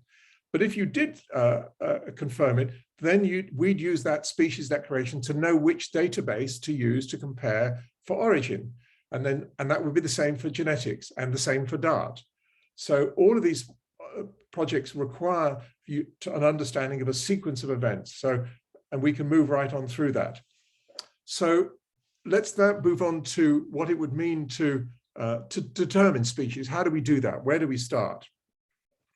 And it's a tough deal, I've got to tell you, because a lot of people, certainly on the non-technical level, say, well, it's a container, it's full of wood. But it turns out that the technology has been well understood for a long time. Most of you will be familiar of the basic anatomy of a tree, and we're interested in a subset of that tree. And normally anatomy looks at a section of a timber in 3 dimensions. And the way that we do that would be to take a slide, to take a sample, cut very thin with a micrometer, and then stain it. And then we would compare the physical makeup of the timber against a standard. At Kew, you'll see at the top there, they have a collection of 150,000 slides that goes back over 200 years. And they have an expertise that's unrivaled. It's absolutely incredible. We work a lot with Kew, and we're developing an offshoot. Tim was trained at Kew, and there are a number of resources. There's some great ones in Belgium. There's a number of fabulous collections. But But the fact is, at some point, you need to get involved in the anatomy. And the anatomy really means to look at the piece of timber or a section of timber in three dimensions. And what Tim will do is to look at each of these dimensions. And if we know what you're already declaring this species as, if you say something is Quercus rubra, for example, well, we can take a sample of Quercus rubra and we can compare what this image looks like against the standards, against the reference sample, and the same for the radial section, and the same for tangential. And what you essentially have is a set of processes where you're eliminating what it couldn't be until you can get there. If it's claimed as Quercus rubra, we would go straight to a sample Quercus rubra, and you may get an answer fairly quickly. Yeah, they absolutely match. But if it doesn't, then you might have to go through other slides to determine what it is with respect to maybe within the genus. Is it in fact Quercus alba from the US? Is it Quercus mongolica from China? I'm giving you those species, by the way, because in fact, in the world of timber, the anatomy and the determination of Quercus alba from Quercus mongolica, or some of the European oaks, Quercus petrea, for example, is very difficult. And you need to have a certain element of caution that when somebody's telling you that something is very definitely Quercus alba, it's tough. And the expert at Kew, Dr. Peter Gasson, will tell you that he has trouble determining between American white oak, European white oak, and Chinese and Russian white oak. So these things are not something that can be very certain, which is where we come in, because with respect to stable isotopes, there is going to be a difference between those continental locations. So within, certainly within our world, that is AgriSlab's world, we are able to determine for traded timber the species determination of a considerable range of products you're likely to be trading. We can certainly do solid wood, we can do plywood, we can do particle board, and we can do veneers. And you'll see in the slide at the beginning of this presentation, we put a price, and the price for solid wood is, our analysis is only about £90. But in fact, that does go up when we get to particle board and something that's very fine, because there's quite a lot of work to separate out the particles, and that might take a week. In fact, we've sometimes charged over £1,000 because it's taken a week to take something apart. Veneers, we have a lathe, a CNC computer-driven lathe that can take samples down to 0.2 of a millimeter, and we can get out of that enough stuff to work with. We're also able to work with MDF and HDF. Of course, HDF is going to be even tougher. We're doing a project right now in wood chips. We're doing quite a lot of work of wood chip coming into Europe from Brazil, and we're doing quite a lot on pelleted biofuels as well. So the wood chip is not difficult, although the pieces, the fragments are small, they're separate, and they're not so difficult. Pelleted biofuels, they can be tough. These are 6 millimeter ones in the picture here. They can be even finer than that, and that can produce some real problems. But we think we found ways to do that. So for the vast range of what you might be trading, we're able to produce you a report of some sort. And a report from Tim and his team would look something like this. This is a real report. The black lines are redacted, so it's quite an important report for somebody. And you'll see that the report contains a description of what's going on, some understanding of the samples and how the valuation was determined. And importantly, it would produce also a result, which then becomes a certificate of analysis that you can put in your due diligence. And in this case, it's a green, that the sample it was a Quercus species, it was red oak, and it's the concurrence that the answer is, we think it is correct, that is a Quercus species and probably red oak. So let's now take the same sort of trail, but through something that I'm going to ask your patience on, because this is a little bit more complicated. Tim's work involves microscopes and slides and a certain amount of preparation. But stable isotope ratio analysis is a complicated business. And I have to go through just a little bit of the science so that you understand what we're trying to do. We started originally in 2002 in food. And by 2012, we were doing a considerable amount in the European meat industry. And we now have a leading position in the European authentication of meat. But in 2007, we started to explore, together with a number of research projects, how suitable stable isotope ratio analysis is in timber. And there was a very excellent project that ran from 2010, the green one here, from 2010 to 2015, called the GTTN, the Global Timber Trade Network project, with a big blind test at the end.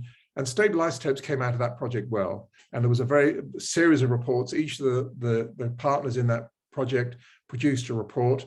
There was genetics involved as well. And the short answer is that stable isotopes turns out to be powerful in determining, validating the origin, providing we have reference material of an appropriate sort. Let's now just quickly, maybe for a minute or so, go through what we're measuring. So up on the slide now is a picture of 2 isotopes of nitrogen. So if you can go back to your school chemistry, the chemical activity of something, the reason that something is active is because all elements are made up of neutrons and protons, which make up the nucleus, and circulating the nucleus are electrons. And when an electron flies off an atom, that makes it a little bit active because now it has a positive charge. If an extra electron were to join, then the protons make the atom have a positive charge, also making it a little bit chemically active. And in the mass of how much you define chemically what the weight is, the atomic number of a chemical, it was discovered that there's more than protons in the nucleus. And it was discovered in the 30s that there was this elemental particle called a neutron, which has no electrical component to it at all. It's neutral. It only has mass. And it turns out that elements come in different versions in which the number of nucleons, in other words, the number of particles in the nucleus, varies. So the number of protons in nitrogen is always 7. But some isotopes of nitrogen have more or less of that. And in this case, here's one on the right in green. This is nitrogen with 1 extra neutron, making 8 neutrons and 7 protons. And that makes 15N, which is the isotope of nitrogen. The chemical difference between the two is 0. There is no chemical difference because there's no change in the number of protons or of electrons, but only of the neutrons. And every element in existence has got 1 or more, and some of them have got many isotopes. So the isotopes we're interested in are the stable ones. There are radioactive ones related to related elements like uranium. We're not interested in those. The isotopes which are radioactive tend to decay, that's the nature of radioactivity, to something that's stable. So we're only interested in the stable ones. So they're naturally occurring, and they're non-radioactive, and they all have identical chemistry, and all elements have them. And what we're going to measure is the ratio in a sample, for example, of timber, of what we find of the amount of, for example, 14N and 15N. And you'll see underneath in the yellow boxes, the percentage that's typical in a sample. And in this sample, and this is very typical for all isotopes, the vast majority of the isotope will be 1 isotope. In this case, it's 14N. 99.63% is 14N, and only 0.37 is the isotope of 15N. So that unusual characteristic means that that it's quite hard to measure. And to do that, you need to have very sophisticated devices, and they're called mass spectrometers. And isotope ratio mass spectrometry is the skill that we have. So we have PhD leads in the company who have PhDs in IRMS, as we call it. And the picture on your right is the picture of our laboratory in Germany, where we have what we call a service delivery laboratory. This is a laboratory that only provides analysis for to volume, not for research. We have 11 devices so we can work in parallel. And we measure these signatures: carbon, oxygen, hydrogen, nitrogen, and sulfur. So we have a big signature, as we call it. This is in timber. And that signature, the bigger that you can make it, the more accurate the results.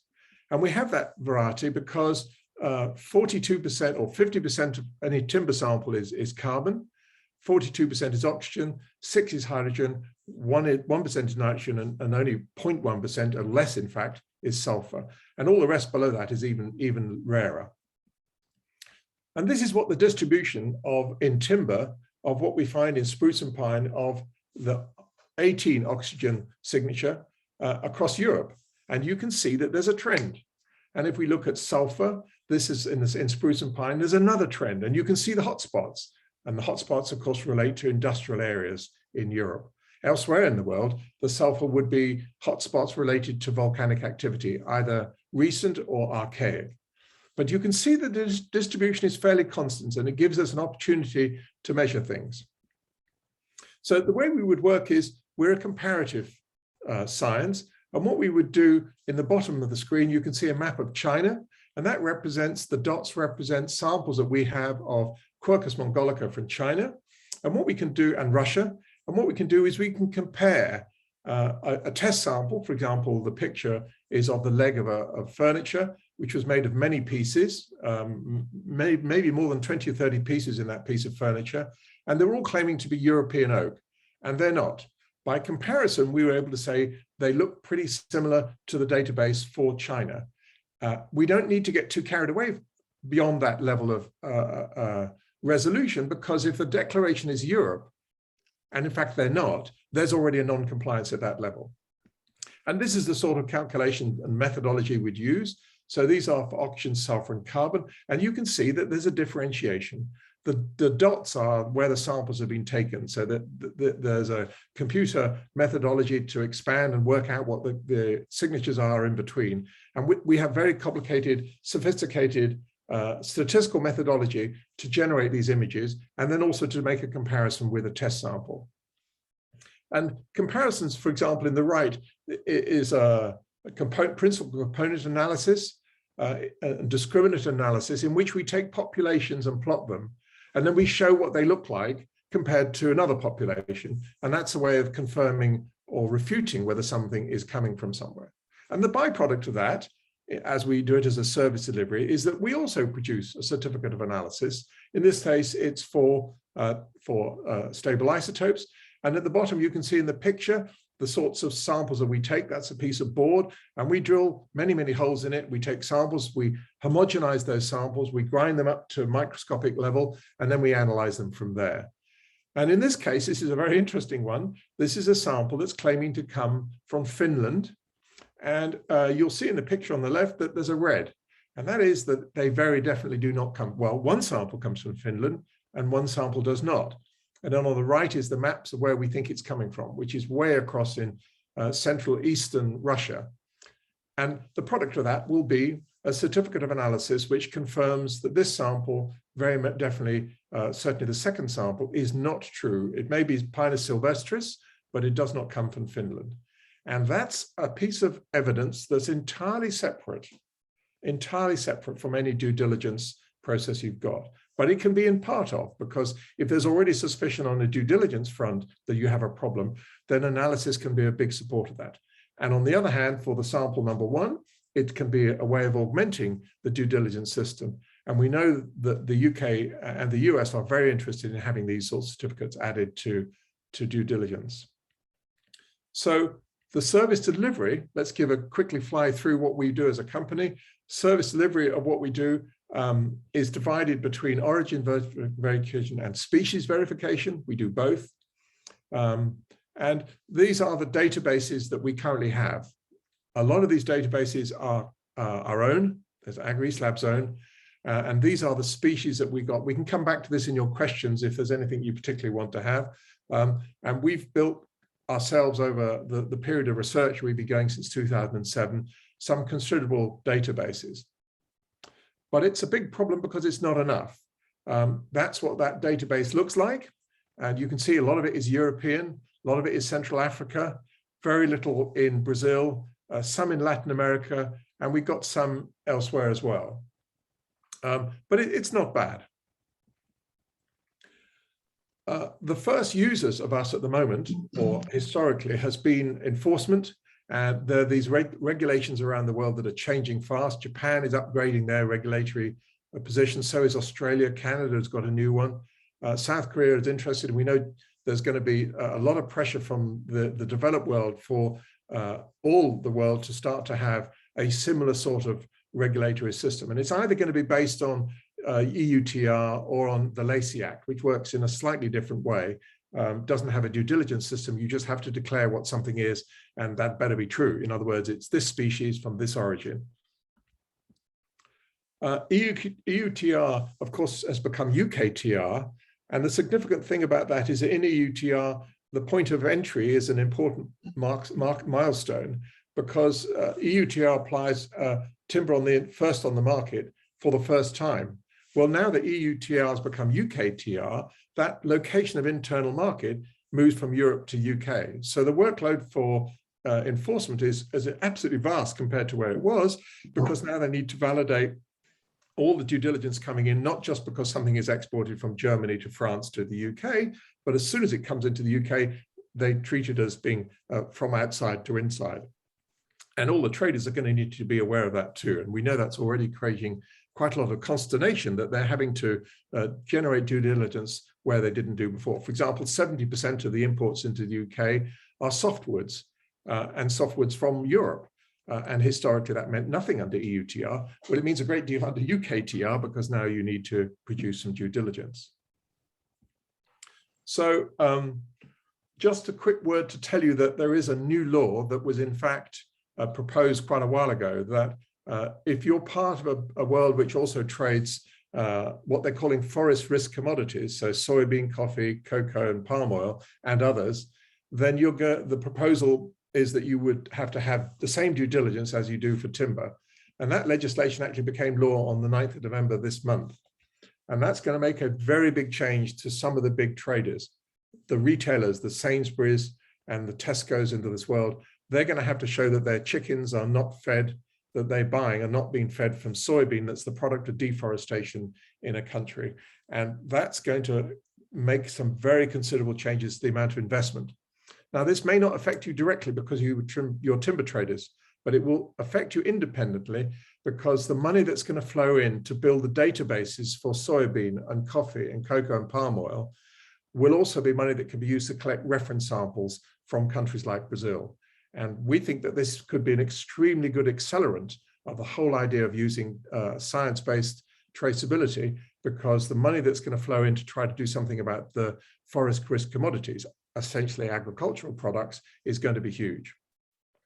So we have in our company, we already have a contract with the EUTR in the UK, and we also have a contract with the US Department of Justice.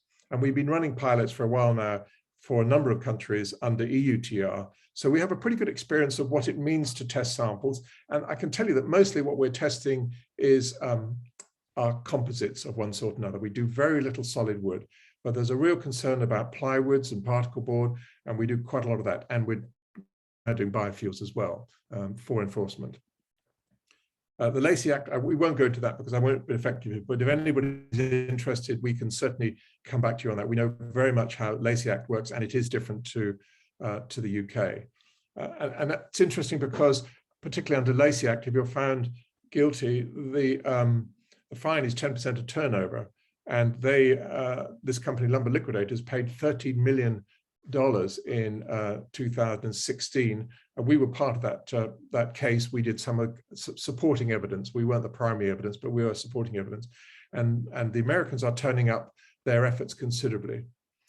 But I'm also not going to go through too much else for you to know, because you all know that there's an awful lot of activity going on in attempting to halt deforestation.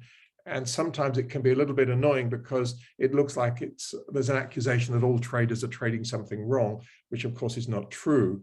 And we're very much here to help people to show that what they are trading is true and hasn't been diluted by something that shouldn't be.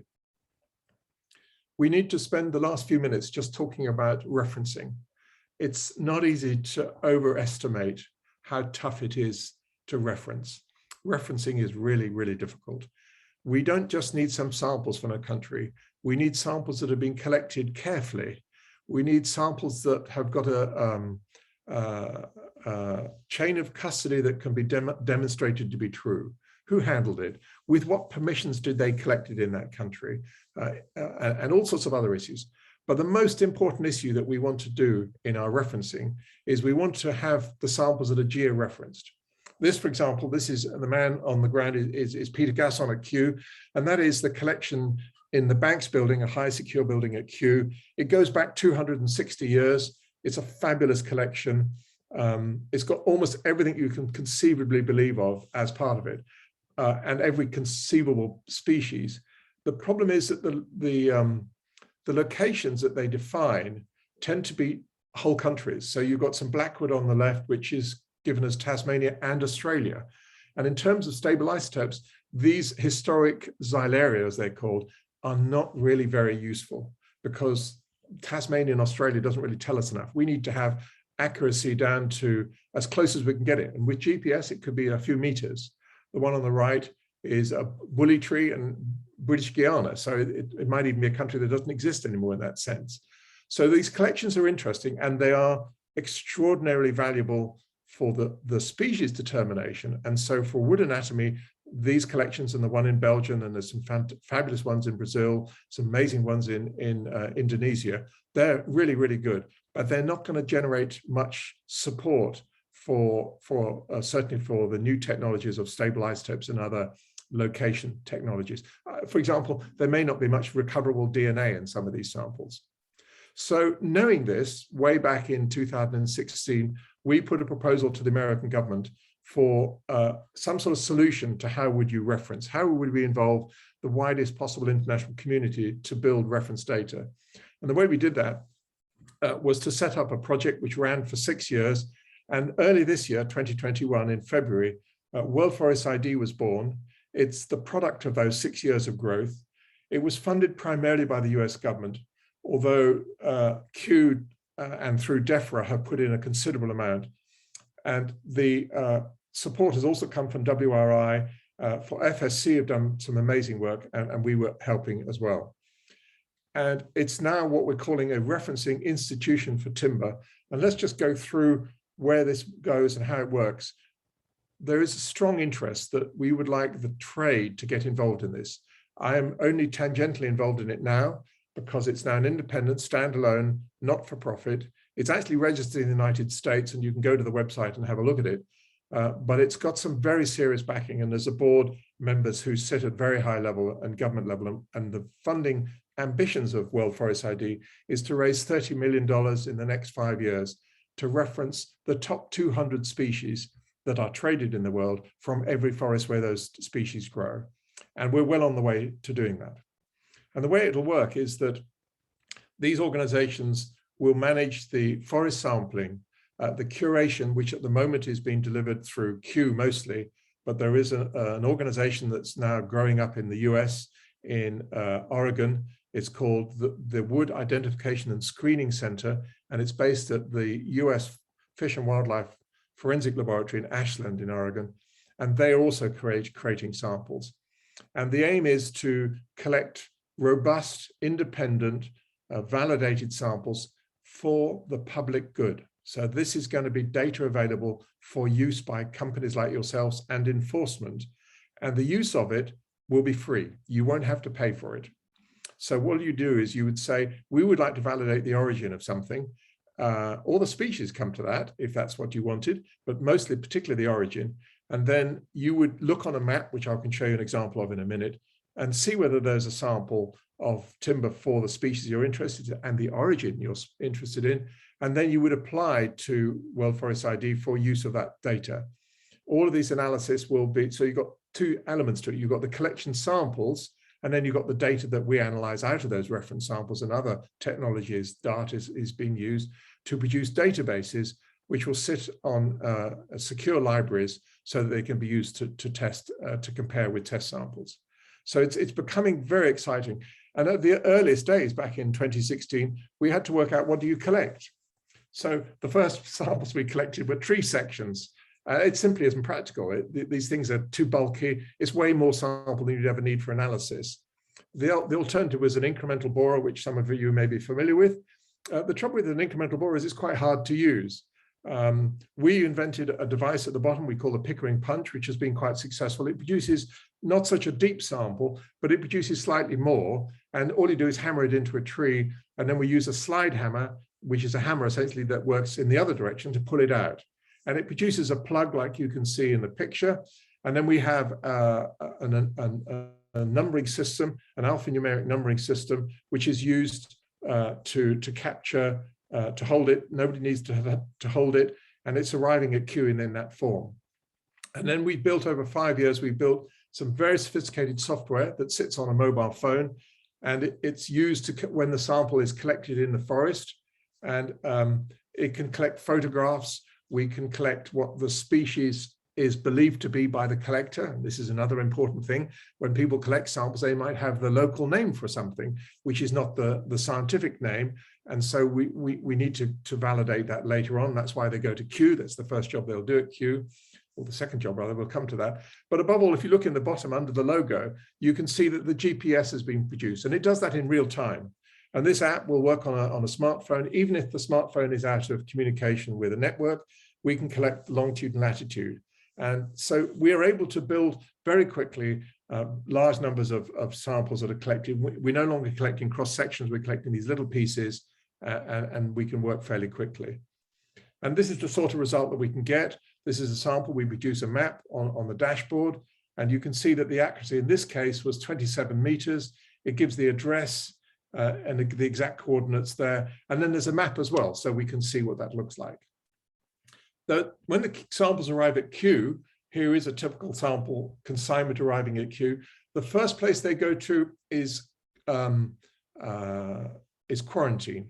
There is a very significant biosecurity issue here. We've got live material, we've got bark on it, there could be pathogens in there. So the first thing that happens is that they go to quarantine, which is run by Sarah Redstone, a fabulous woman, hugely experienced, who is actually the plant health and quarantine officer for the whole of Q, where they have to secure, the samples are unwrapped in a cabinet so that any biosecurity is taken away and trapped. And then they're stored. They can be either heated or frozen to kill microbes. And that becomes an absolutely standard bit.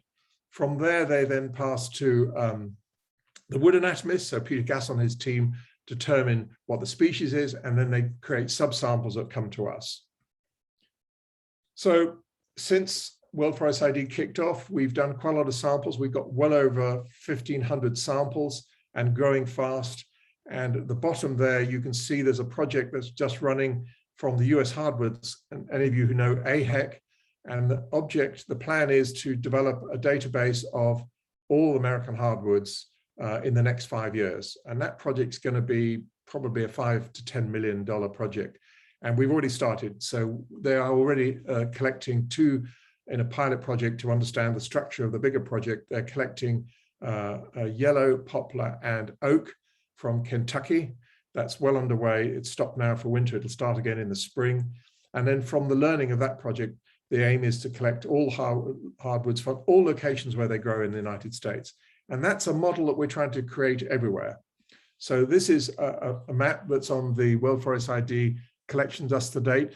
I apologize where they're a little bit blurred because you can't see them because it's not zoomed in enough, but we're doing a lot in Europe, a great deal in West Africa, a huge amount in Latin America, and we're just now starting in Brazil. Permission to harvest in Brazil, sorry, not to harvest, to reference in Brazil has been tough, but it's now underway and going well. And lastly, the Solomon Islands and Papua New Guinea, where a lot of timber comes from that turns into plywood, and we've got a great deal of attention there.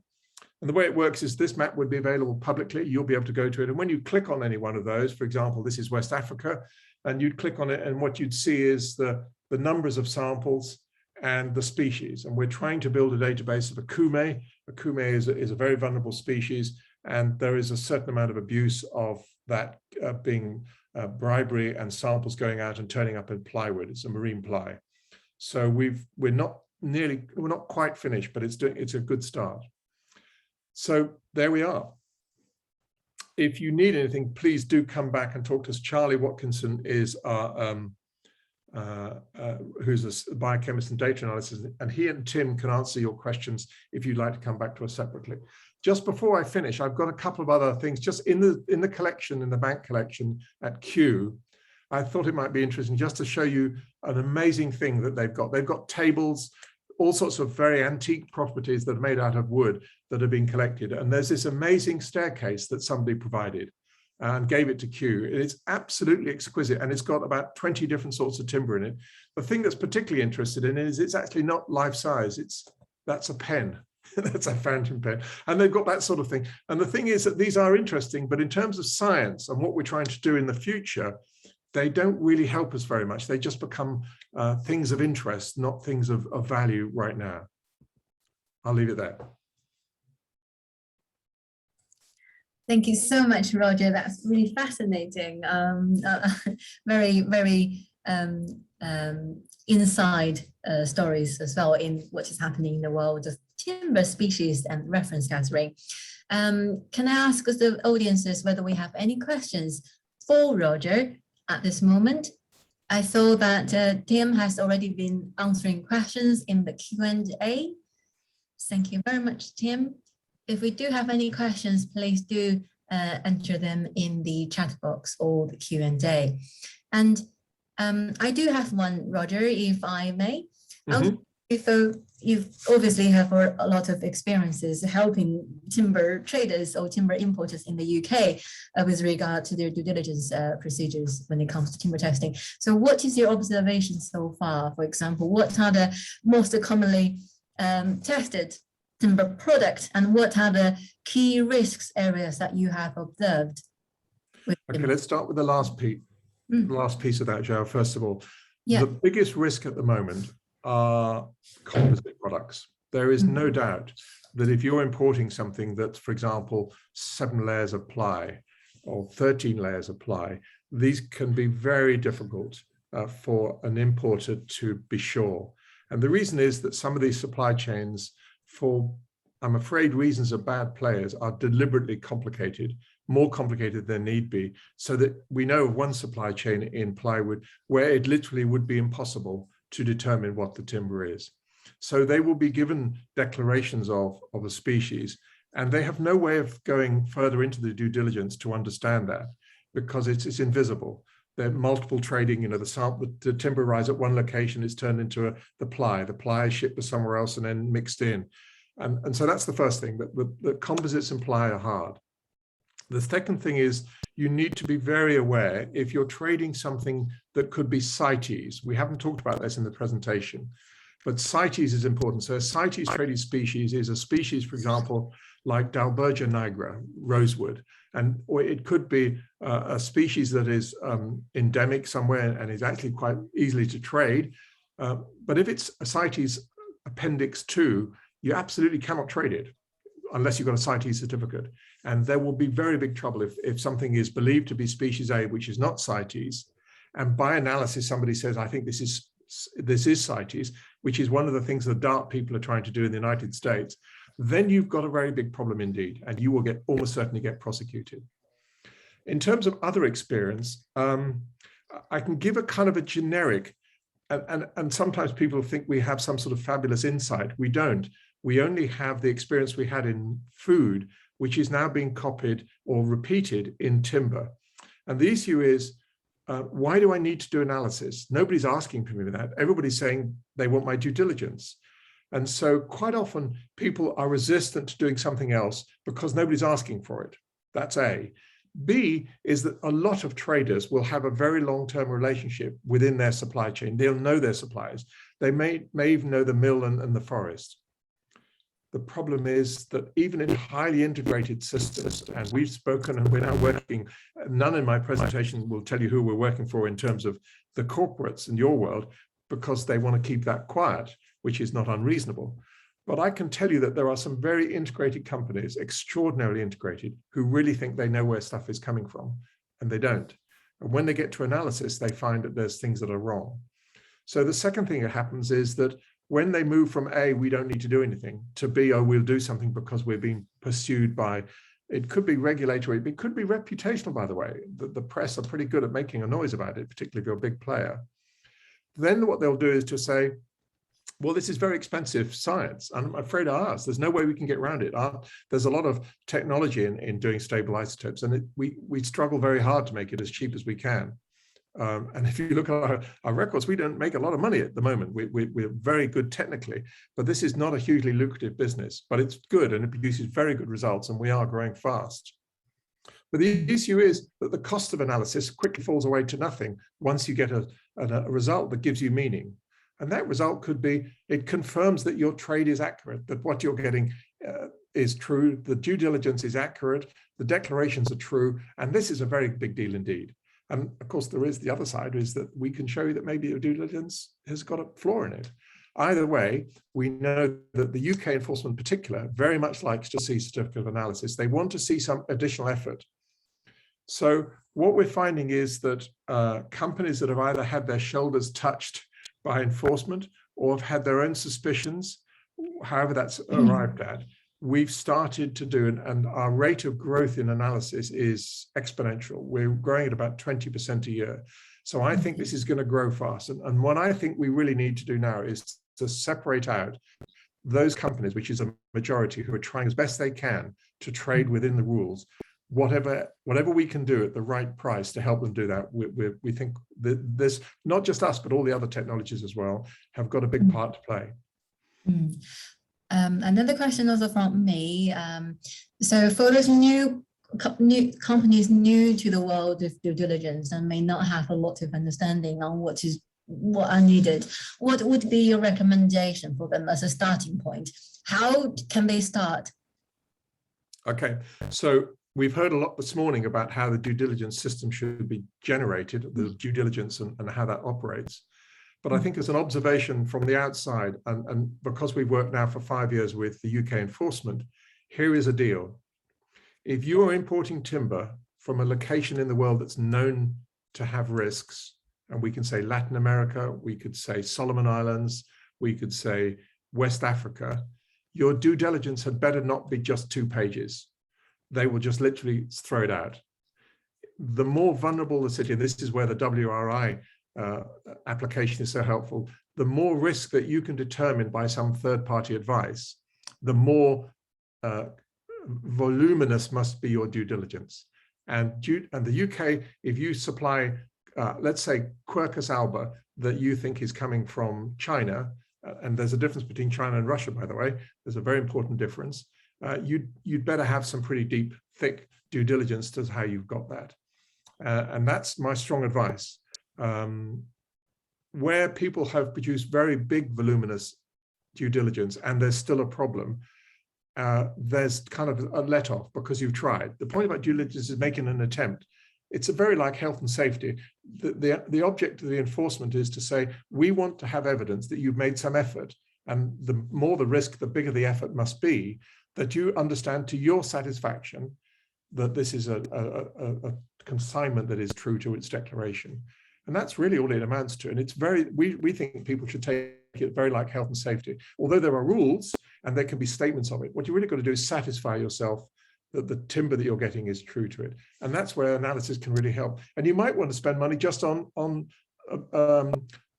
species declarations, you know, to be satisfied that the species is true in plywood, for example.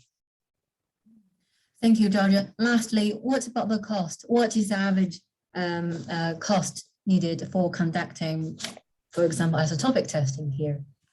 So isotopic testing at the moment, for referencing, we have an international price, which is more or less our at-cost price. But for testing, in other words, of a traded sample, it's between £550 and £560 per sample.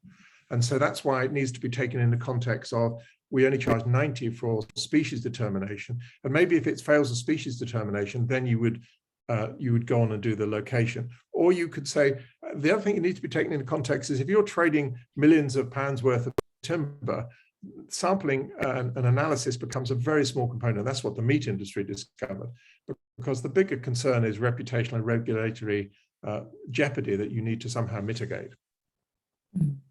Right. Thank you so much, Roger. That's all questions from me for now.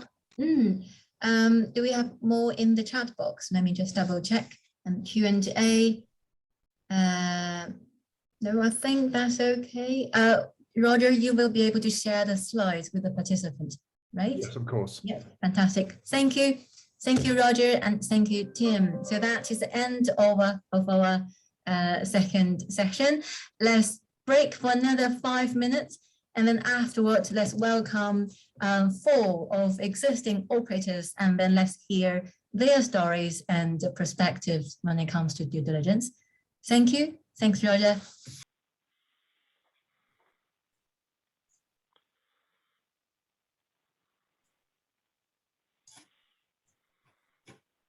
Yep. All visible? Oh, good. Okay. Right, shall we make a start? Hello, everybody. Hopefully you have now come back, and then let's get into the final session of our workshop today. And now we will be hearing from 4 of our operator companies on their understanding and experience with due diligence. First, let's start with Joe. Joe represents Handsome Plywood. Joe, over to you. Thank you. Okay, good afternoon, everyone. Yeah, just been asked to kind of go through our due diligence process and give a bit of an example of what we have to deal with as an importer. So yeah, basically to start with, a bit about Handsome Plywood and how we fit within supply chains. We're a privately owned, family-run company based in Halifax, West Yorkshire. We work in the import, storage, sales and distribution of wood-based panel products primarily. And we distribute throughout the entire United Kingdom. When EUTR first came into play, we probably imported from about 2 or 3 mills perhaps. Everything else was a trader purchase, and then we've just seen this grow. And now since UKTR has come into place, we've seen that grow again. So it's become a bit of a task. So yeah, now we're about 25 to 30 mills we have to look at risk assessing based on UKTR guidelines. And our due diligence system is based heavily on the TDUK's responsible purchasing policy. And we are audited on that annually. So yeah, so just to give an overview then, we're looking into kind of our policies and our framework around it, and then I'll go into like a bit of an example. Our policies around new products, we kind of split between anything new where we're looking to buy a new product is a bit different to an existing product that we've already risk assessed. So we encourage our purchasers to look at these product information forms, gather relevant information and documentation prior to looking to place a purchase. All of our purchasing team are all trained in UKTR or EUTR previously, so they're aware of like if we are importing, if we are the first placer on the market, then there are extra obligations there. But yeah, ultimately the purchase can't be authorised until they've jumped through all these hoops internally. And yeah, as always, it's always a balance between the commerciality of it and the responsible sourcing aspects.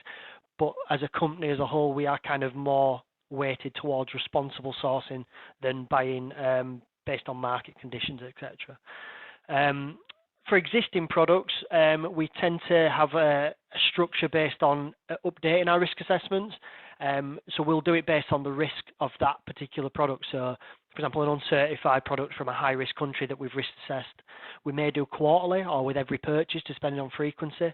For most things, it's usually an annual process of update, and we make sure everything's done at least annually to keep up to date, refreshed, and new dates on there. The controls we have in place on that is we have like a centralized approved mills or manufacturers list that's visible to all our staff. We have a product management structure of people in charge of certain product groups, and they're aware of all the status of all mills in terms of a ethical sourcing background. And our ERP system controlling our stock, purchase, sales, we have restrictions in place where if a mill isn't on that list, they can't buy from there, or I have full visibility over everything that's probably imported or shipped in. So I can intervene if something's slipped the safety net, basically. But yeah, all shipped goods are kind of controlled in, and we have a shipping team that works very closely with myself and the team on due diligence. That we work kind of in symbiosis there. So yeah, developments on how due diligence has kind of been changing for us. We're kind of continually improving and updating our system, tweaking here and there. We've kind of got a system that was, I say a single member of staff there. It was primarily me. It was something just wound up on my desk. And now we're starting to develop an internal team of dedicated staff focused on this. So we're currently up to about 3 members that are currently training on the process, understanding the legality frameworks of the countries we source from. we're working closely with our EU suppliers to get the risk assessments up to the standard of non-EU suppliers. If we think back in 2013, we had a process of continually developing and liaising with these suppliers. We're kind of going through that process again and trying to resolve a few of the kind of cultural issues perhaps there between each supply chain. We're also beginning to look more at our trader purchases from not from an obligation point of view, from a compliance perspective, but more from like an ethical sourcing standpoint. The main driver of this is sort of our customer base are requiring this information to deal with certain retailers further down the chain. So we're trying to provide as much transparency as we can, and to do that, we have to look at our trader purchases as well. And then as part of ongoing improvements, we are looking into further sustainability aspects, such as carbon reporting, environmental product declarations, and so on, to incorporate in our due diligence system. So that's kind of a loose definition of our processes, policies, sorry. So to go into the risk assessment process, I've split it down into 7 parts, but it's, you know, basically it's the information gathering, the risk assessment, and then the risk mitigation. So I can go through these quite quickly based on a sample I've chosen from a Russian plywood mill that we've purchased from. I have redacted certain sensitive information if that's there. If you can hear drilling, by the way, in the background, that is because we've got having a bit of construction work done on our offices. So apologies for that if you can hear anything.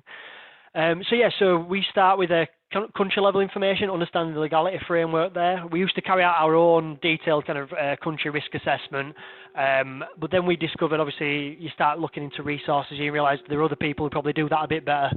So we kind of used the preferred by nature timber sourcing hub for like the bulk of our country information, but we also lean heavily on the other resources available there, like the Corruption Perception Index, Global Forest Watch, WRI, and also the Forest Legality Initiative's risk tool can be quite helpful if the country is listed there. So we kind of pull all that information together to give us a general understanding of the risk of that country. So in addition to that, the risk ratings we get from the third parties, we're also looking at up-to-date NGO reports, any news stories or related articles that can affect that supply chain before we kind of begin this process. So we're getting that foundation level, country level knowledge to begin our risk assessment, and it gives us a bit more of an indication of the time frame and how much work is required for this particular product. General rule of thumb is the more risk there is there, the more time it takes to complete the whole assessment and mitigation process. We also look again at species level information, and this is another one where we started out doing our own species risk profiling, and then found out that everyone were doing it better than us, so we scrapped that whole process and lent heavily on other people's, but it's also helped us with our internal training. But yeah, we use the IUCN Red List, speciesplus.net, and following on from Roger's presentation, we do have carried out species verification testing with TRADA in the past, but go down the route of species identification testing with the Thunen Institute as well. So once we've got that kind of basic level knowledge of the legality framework, the species we're dealing with for the purchase, it's the collection of the documents. So we tend to use third-party agents to facilitate the shipment of goods.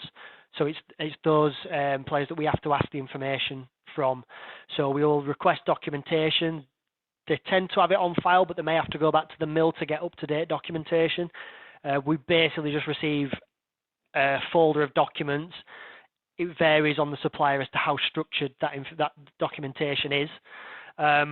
So the next step when we receive that is to translate and make sense of it. And this example I've chosen, we've had about 40 documents to translate and piece together. We used to carry out paid translation work, but it was costing quite a bit, and we couldn't balance that commercial aspect. So we tend to use a bit of technology there. We used Adobe Acrobat's Pros. OCR, scan and OCR tool. It lets us recognize the text in the document, then we can feed it a Google Translate to give us the gist of what the document's about, and then we can go through and pick out the key aspects there, annotate what we need to, and make comments so we can understand the documents fully. The documents we usually receive tend to look like this for the Russian supply chain. You're looking at your forest lease agreements, declarations, you're looking at supply agreements, and then your way bills and invoices there. From that information, we tend to do a document key so we can assign individual references to those documents so we can understand it better. With 3 of us working, we need that kind of transparency, but it also helps the supply chain further down if our customers request. So we'll make notes, and you can see our thought process before we begin our risk assessment formally. And then again, it's mapping the supply chain based on that document key and looking for gaps. It just helps us visualize a bit better and helps again further down the chain. With Russia, yeah, we're aware of certain documents we must have really to go forward. The forest harvest level, we need a lease agreement to prove that they've leased the land from the state. We're looking then at the log supply, we're looking at declaration to say that they're legally allowed to harvest on that plot for within the time, the date range, and how much they're allowed. You're looking at forest maps, etc. And then you're looking at invoice, transportation documents, anything linking the supply chain up there with financial documentation. And then from our point of view, we receive a lot of shipping documentation, bill of lading, everything to legally bring the goods into the UK. We then begin a formal risk assessment process. So our form's not unlike the OPSS form that they use, and works closely with the Timber Trade Federation on this as well. But it's basically just inputting all the data we've already gathered. So you've got our information there. We're looking at the species there. We're explaining the region, the concessions of harvest. We're looking at volumes and whether the volumes on the documents we have match what we are purchasing. We tend to use, for our risk assessment purposes, we'll use a sample purchase document and work our way based off of that. And then we're explaining the documents we've got there. We're going into the assessment after that. And looking at just negligible, non-negligible risk based on various factors, again, going across the regulation there. In this particular instance, I've picked out non-negligible risk for the insurance of compliance there, and also the prevalence of illegal harvesting practices in Russia based off of news articles I found, and the corruption within the country. And then I end up with a conclusion of the initial risk as non-negligible. So the next step is to mitigate that risk. So within risk mitigation, I've gone through various steps here, I think around 7 steps to mitigate the risk. A lot of it relies heavily on FSC third-party certification and the information they provide when I'm delving into the forest summary documents there, the reports. And also I'm collecting further mitigating documents. So if a document is outdated, then I'm requesting an up-to-date document to be able to piece that together a bit better. Overall, that leaves me with a conclusion of risk after I believe I've mitigated it. And again, the first part, the information gathering, I think is very data-driven. I think you get to this stage, it is quite subjective, but I believe that if you do the data-driven part correctly, you should be left with the correct mitigating actions at this stage. I also use some helpful sources just for the other members of our team, just to rely on if they need to go through aspects. But yeah, that leaves us then a few problems with Russia, really, is that we're having to rely heavily on FSC with it because of the lack of sort of digital verification of documentation.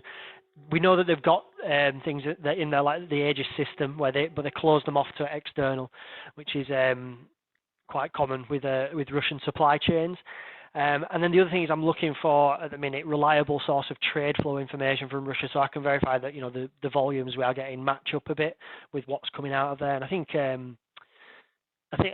that's something the trade are looking at based on discussions I've been having with other members of the TDUK. With UKTR, we're seeing that we're trying to get the documentation and of that level of documentation, the supply chain mapping to the same standard, and that's kind of an ongoing working process. Again, the EU suppliers have a different perception of third-party certification. They believe that represents legality, where we kind of disagree and want to use it as a mitigating measure. And then there's sometimes further complexity within the chain of like if they've sourced external from the EU, or if they've potentially bought within the EU, but that EU supplier is purchased from outside of the EU. It's sort of they've fulfilled their obligation, but getting that further information can be quite tricky. So it's all challenges that we're working with our suppliers on to work on mitigating measures there. That's kind of a brief, that's me trying to summarise our due diligence process. I'm aware I didn't want to go overboard with it. But yeah, that's how we deal with our Russian supply chain in that sense, and that's our overall due diligence process. And that's wonderful. Thank you so much, Joe. Thank you. Any questions we have for Joe, or any thought you want to share with Joe, please do type them in the chat box. Let's move on to our next presenter before we summarize and talk about all the questions. Thank you, Joe. Next, who would you like to go next? Peter? Philippa? Okay. Philippa, raise her hand. Peter. Yes, of course. Okay. Philippa, off you go. Thank you. Okay, so I'll go. Let me just share. I do have a presentation for you, and then I'll show you some examples of the documents after, if that's okay. Yeah. Great. Okay, so I was asked to share Plout International's sourcing from Brazil experience. I'm afraid my PowerPoint is not as detailed as Joe's, but I'll try. If you have more questions, something I left out, please let me know. Okay. So I work for Plout International. I'm the compliance officer. We are import agents and we are operators under the UKTR. Founded in 1929, we import mainly doors, plywood and timber components from many places all over the world, such as China, Brazil, Malaysia, Indonesia, and we try to supply sustainable and best quality products. Our sourcing policy relies on the UKTR. I put EUTR as well because we do as well supply to customers in Europe. We don't only have customers in the UK. And we believe in the importance of sustainable wood products that are legal, legitimate, and traceable, which is why we are members of the TTF and are responsible purchasers. And we are also FSC and PFC certified. So the main problem from sourcing from Brazil is that it's seen as a high-risk country because of the rapid deforestation rates from the national forests and one of the highest net losses in forest area globally. Also has a high corruption index. But mostly all the exports from Brazil come from plantations. So that's where our risk assessment mitigation starts. We need to see if this comes from a plantation. And the exports for tropical timber have declined over the second half of the 2000s. However, it has increased internally in the country, which is not good.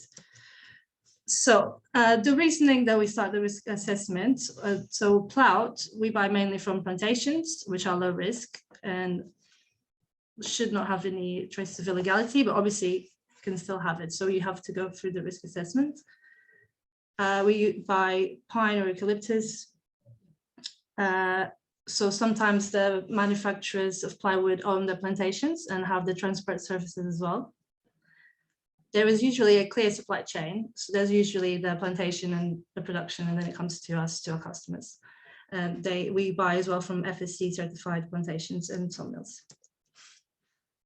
There are reports that you can check online to help you with your risk assessment. So one of them is Forest Government and Legality in Chatham House. I will share this later if you like, and you can click on these links to check the findings. We can see the quote here: the risk of illegality in timber and pulp production is low, but however, there can still be some problems. And there's going to be a report that's going to be published in 2022. But I can share the draft that Chow kindly sent to me.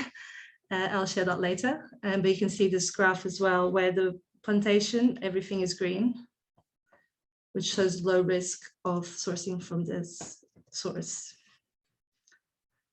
In Brazil, the IBAMA is a system, the Environmental Ministry administrative branch, and they have a very good electronic system, which they have with most of their licenses as well. You can check them all online. So I'll show you the documents you need to get to reach a negligible risk assessment, but normally all of them can be checked online. So you have the number of the company and there's a password, and you go online, for example, to IBAMA website, and you can check everything.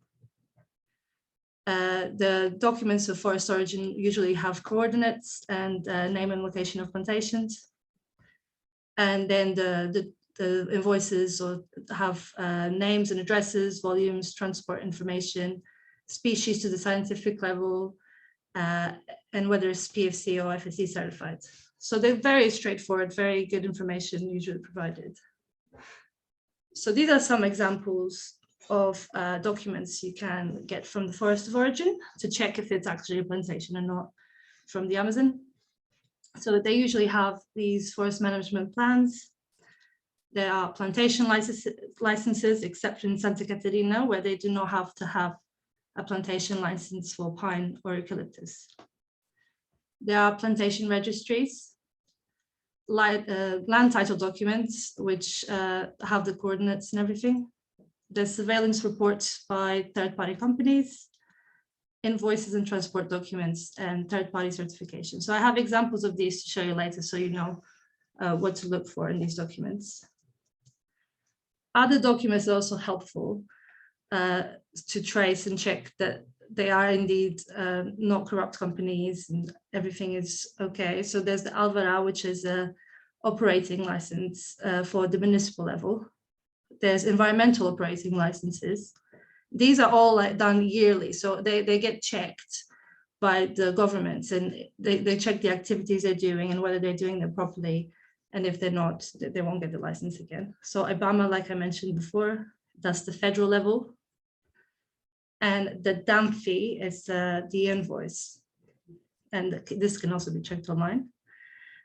For like fraud or corruption, you can check the general fees and taxes of the company. They also send this document, and they send certifications of origin. You can also check. So how I do my risk assessment mitigation, it depends on where the product is sourced, where the plantation is located, because there can be some different documents. Like if I go back to this slide, so there's some states have a mandatory forest replacement system. This is the state of Paraná, but they don't all, so if, for example, in Santa Catarina, they don't need the plantation license. So the first thing you need to identify is where it is the plantation and what documents you will need to be collecting. And whether it is, so after you collect the documents, there'll be the plantation license or the lease, and you see if it's actually a plantation, not a natural forest, and you can check with the coordinates that they give you. You can actually check on Google Maps. I know that's not ideal, but when you can't actually go to the place, like we haven't been able to in the past year, that's how you do it. But also you can go there and visit. So yeah, you got information and establish what documents you need. Then make a supply chain map. I find that sometimes I don't understand what's going on until I make the supply chain map, and then it's more clear what companies are actually involved. And then I complete the 2 layers as I go. I do a step-by-step due diligence process using my research sources. I put some of them here. Obviously, there's more, but I just put some examples of what I use. And in the Brazil case, I don't need to translate the documents because I speak Portuguese, but I normally would translate documents for the auditor because they don't understand, so, or for the customer. So otherwise you're just giving them something that's gibberish to them. Yeah, so you also need to research the companies involved, check if they're involved in fraud, corruption, any human rights or indigenous rights violations. Check the validity online, like you can check all of them, as Brazil has a wonderful digitalized system. Check the volumes match what they're allowed to fail, because they normally have cycles of when they can cut, how much they can cut, and how much they need to be planting or replanting. Check if you have enough documents to mitigate the risks, and whether you've done enough to mitigate the risks, otherwise see what else you can do. See if there's any changes. And so most of our Brazilian suppliers, for example, we've been working for a few years and they provided licenses yearly. So sometimes they run out, so you need to check if they run out and if they've renewed the licenses and they're still allowed to operate in that capacity. So this is an example of very, very straightforward. Our supplier owns the plantation, there's the coordinates and everything. It's just one straight line. There's not much going on there. And I think the lessons from Brazil is try avoiding buying from places that are contributing to deforestation. There's many low-risk plantations that we can buy from, and they are traceable and verifiable. And yeah, with the new environmental bill that will be passed, we'll need to prove that we are buying from sources that are not contributing to the deforestation. So this will be a good source if you're trying to look for something like that. I hope I didn't go too fast. I was a bit nervous there. But I can show you some documents if that's okay. Yes, definitely. You're doing great. Thank you. Oh, wait.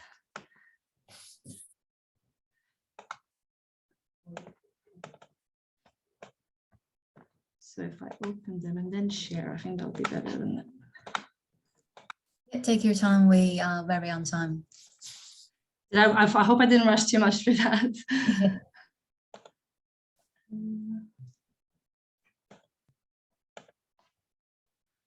Okay, so.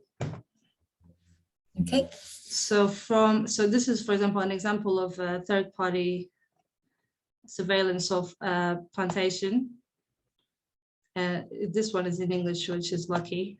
Sometimes they're in Portuguese and you have to try to translate them. So yeah, they normally have these management plans, and they are related to a deed of a plantation. So you can check if it corresponds with the one they gave you. And it says everything here from what they're allowed to cut, what species they grow in the plantation. Everything is there, how many hectares, what license they have.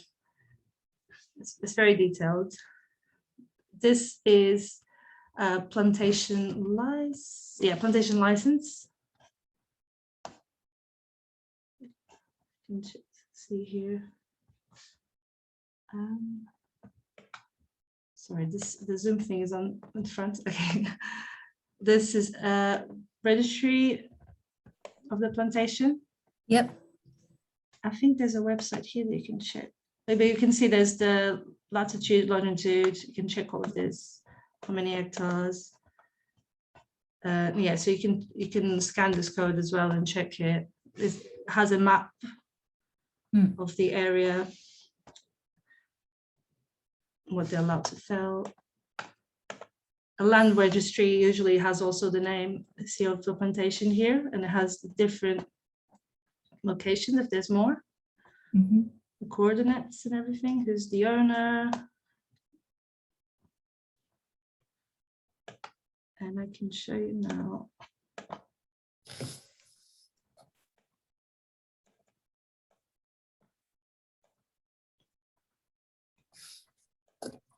I'm sure there are many. I don't know if any of our audiences here do buy from Brazil, but there must be a lot of questions. It's really lucky, Philippa, you can understand the language. No need to use Google Translate. Yeah, but I understand Portuguese is quite hard to understand, so you would need to translate it. So this one is the Alvará, the one I said, the municipal one. So it says what they're allowed to do under their license. So they, for example, they have transport, they have other like agricultural purposes, they have woods, even rice. So the Obama as well, that's more the federal one, and they say which laws, so the transport of forest products and the making of panels. So it has everything they're allowed to do. And these ones, you put this number and use this password, and you can go on the Obama website and you can check it online, basically. Okay. This is an example of an environmental license. It's the same way. You can go online, they put the website here, you just click on it, and there's the code to check. That's the tax document I mentioned. It says they don't have any debts. That's basically what it's saying. And that's the obligatory reforesting. This is the Paraná document I was saying. I was just trying to include the documents I mentioned, just in case people hadn't seen them before. And I also have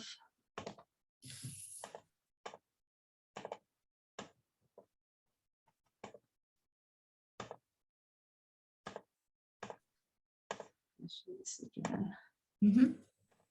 So this is an example of an invoice, and it has all the details. So if I show you that pine one, it has who transported it, for example, where they were located, they were quite close to them.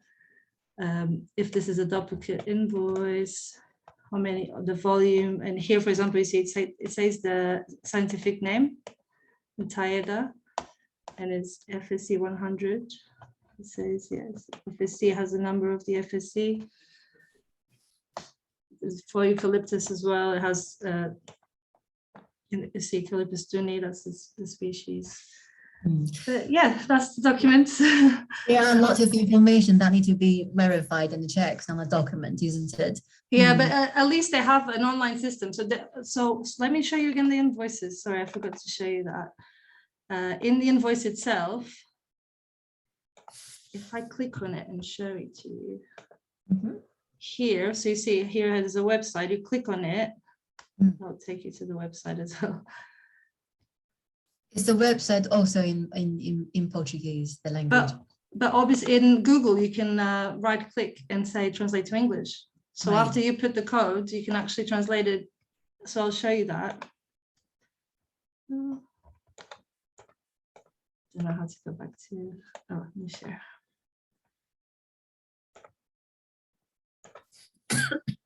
So you can see it here. I can see it now. Yes. So you can just translate to English like this. And you see the number. And then I put the number of the key, which I'm copying. We put it here. They say continue. And yeah, it just says everything that was in the other document that I showed you. So it's quite straightforward. And all the system is like that, digitalized. So yeah, this is wonderful to know. I've never used this system before, so it's very useful to know. Thank you so much, Philippa. That's a lot of information. Many thanks. Thank you. Before we dive into the discussion, shall we move on maybe to Peter?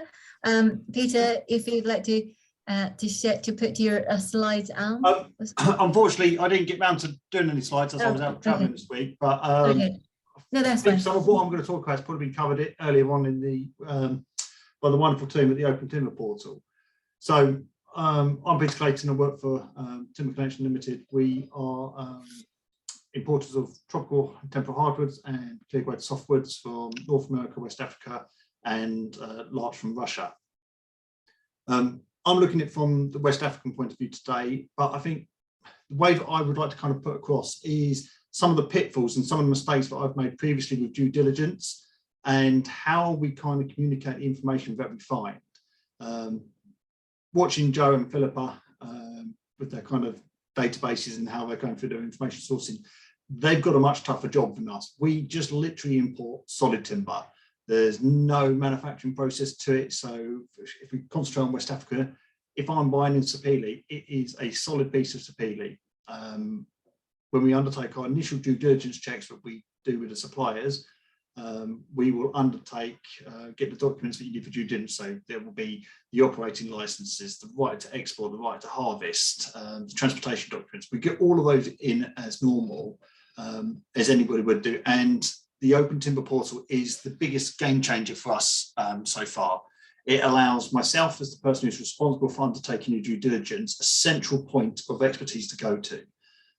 There are reports there, there are observations, there's friendly advice as well.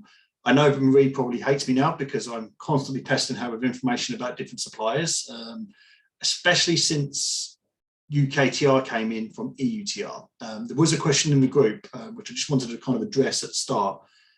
Is it now more equal playing field with EU imports and UK? Absolutely not, in our opinion.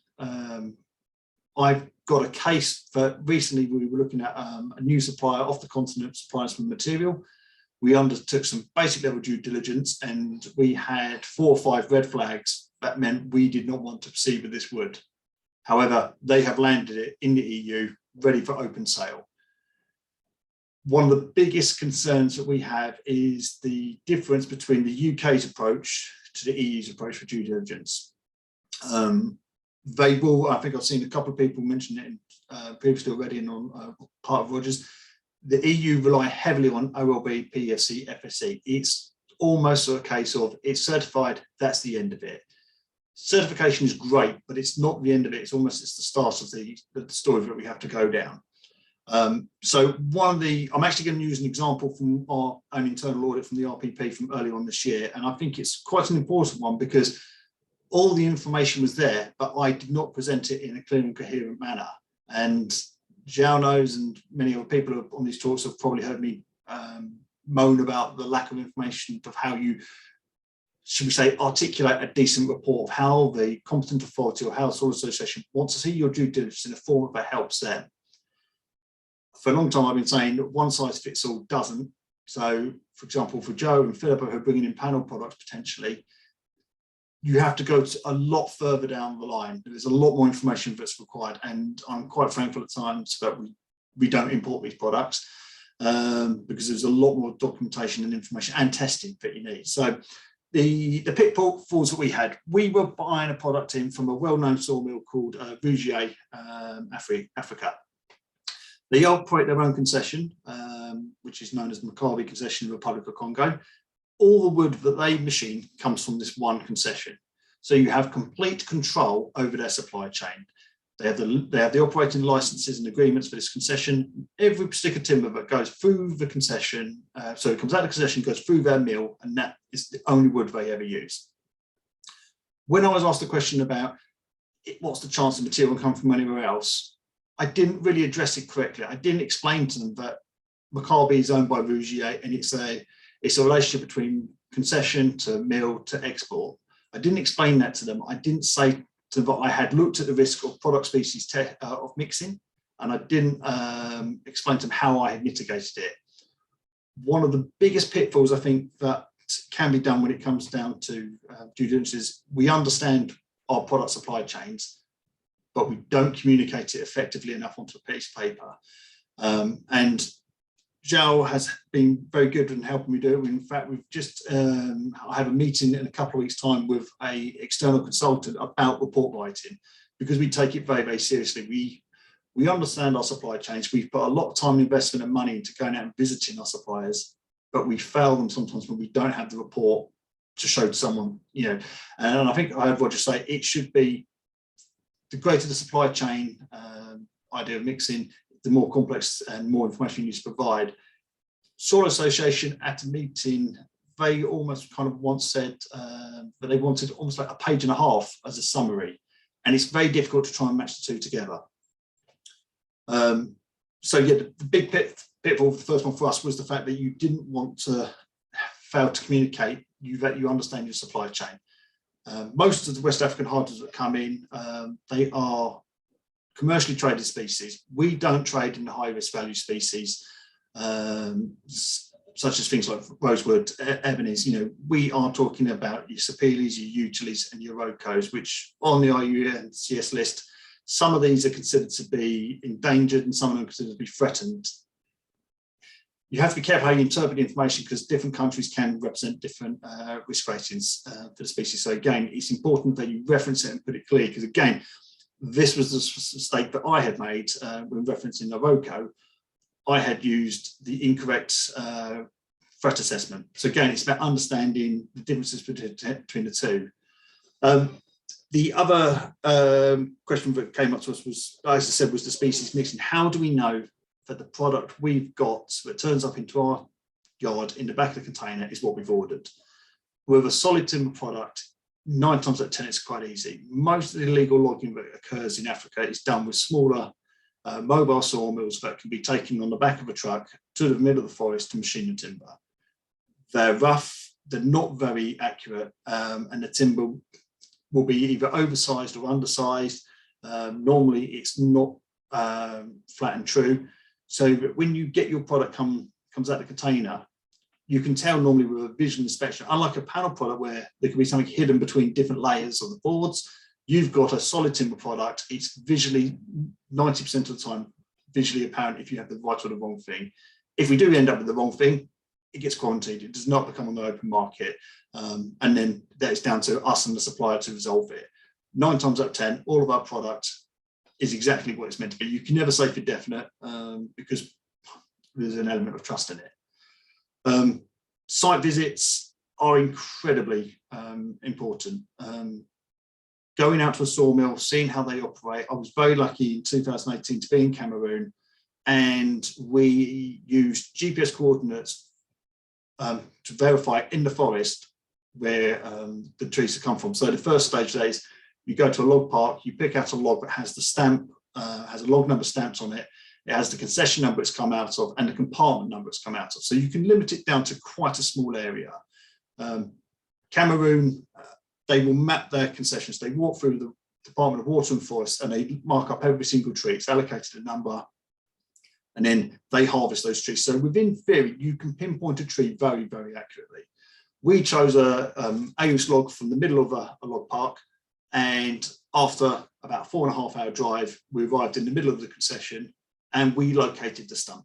And there is a photograph that I have using my iPhone. Like Roger said, the GPS works, but even when there's no signal, took a photograph of it. I confirmed where it was on the map, on the concession map, and then back to the log in the log park. So we could match up that log to its stump. So the question of, do you know where it's come from? Yes, we did. We managed to take that log and confirm that where the mill said it came from was exactly where it was. Not all mills use GPS coordinates. There are quite a few that do. It seems to be very prevalent in Ivory Coast, which is a good thing, because obviously you're not allowed to harvest. I think it's the 7th parallel above that. So you have to make sure that your wood is by us coming from below there. GPS coordinates are only as good as the relationship you have with a supplier, because on a piece of paper, you can confirm that a log has come from where it's meant to have come from.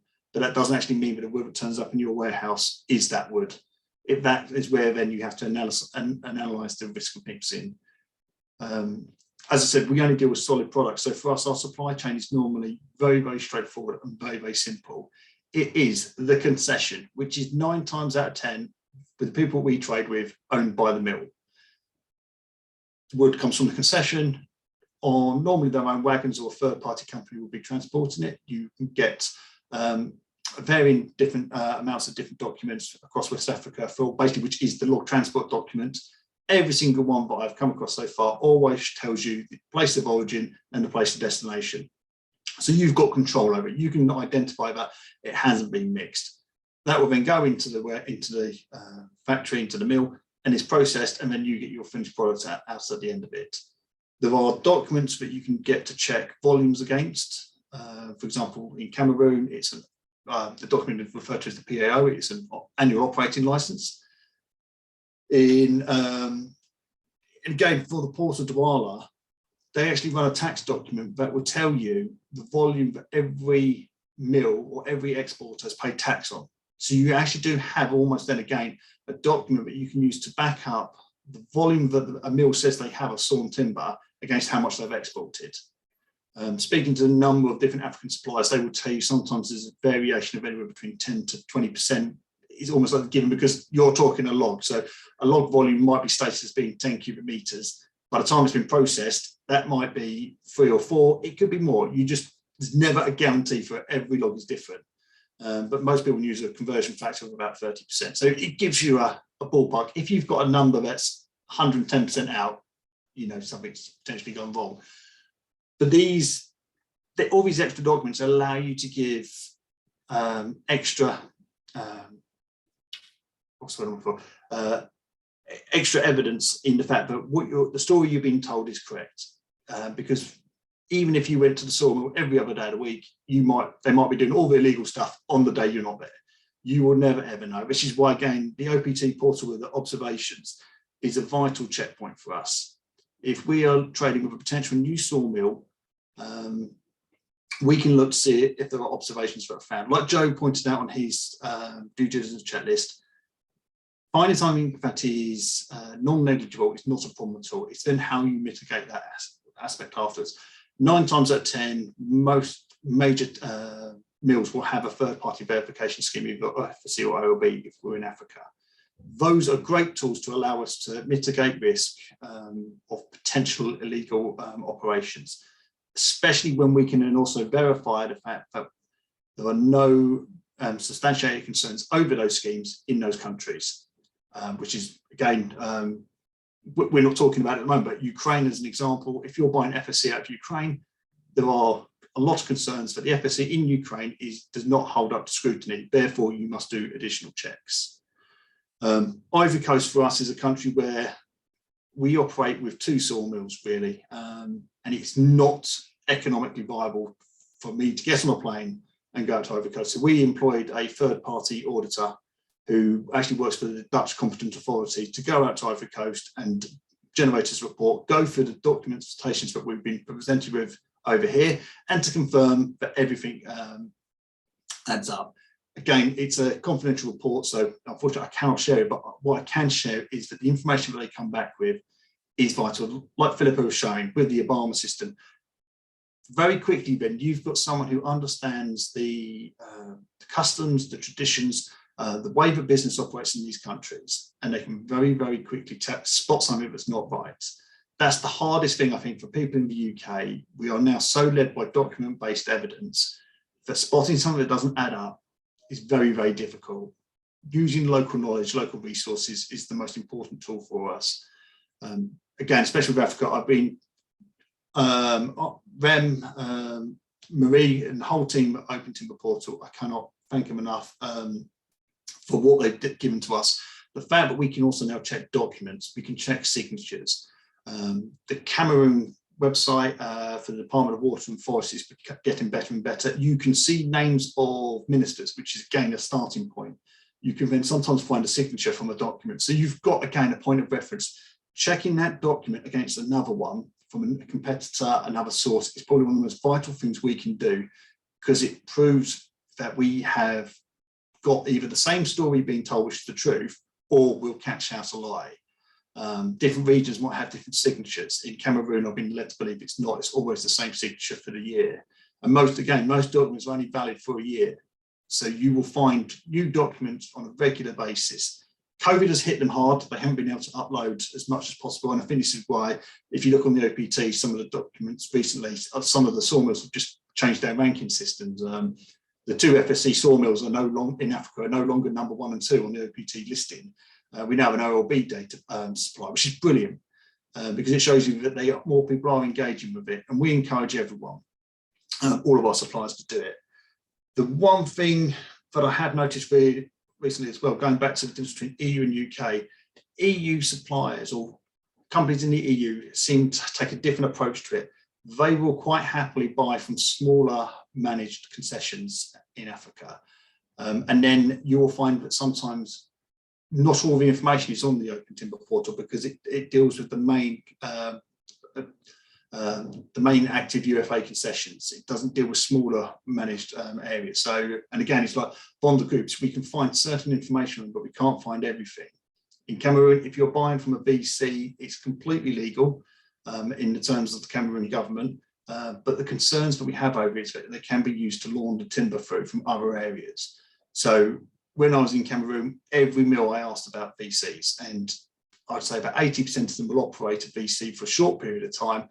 And it should be, you get in, you get your timber, you get out, you turn it to cash as quickly as possible. So if you've got a company operating a Vonderkoop for 6 months or more, that's a potential red flag, and one that would need further investigation. And you can get the information on who owns it, who the operator is, who they're supplying to. A lot of times Vonderkoops will just supply to one mill, which makes your supply chain easy. But again, you then have to map it out. There's a thing, I think recently, but they now want to have the GPS coordinates for all African imports. It will help a lot, but it won't. Again, you rely on the accuracy of that data and what they're telling you is correct. We have done species testing to identify species, as in, here's a sample of what we think is sapele. Can you confirm it's sapele? Yes or no answers.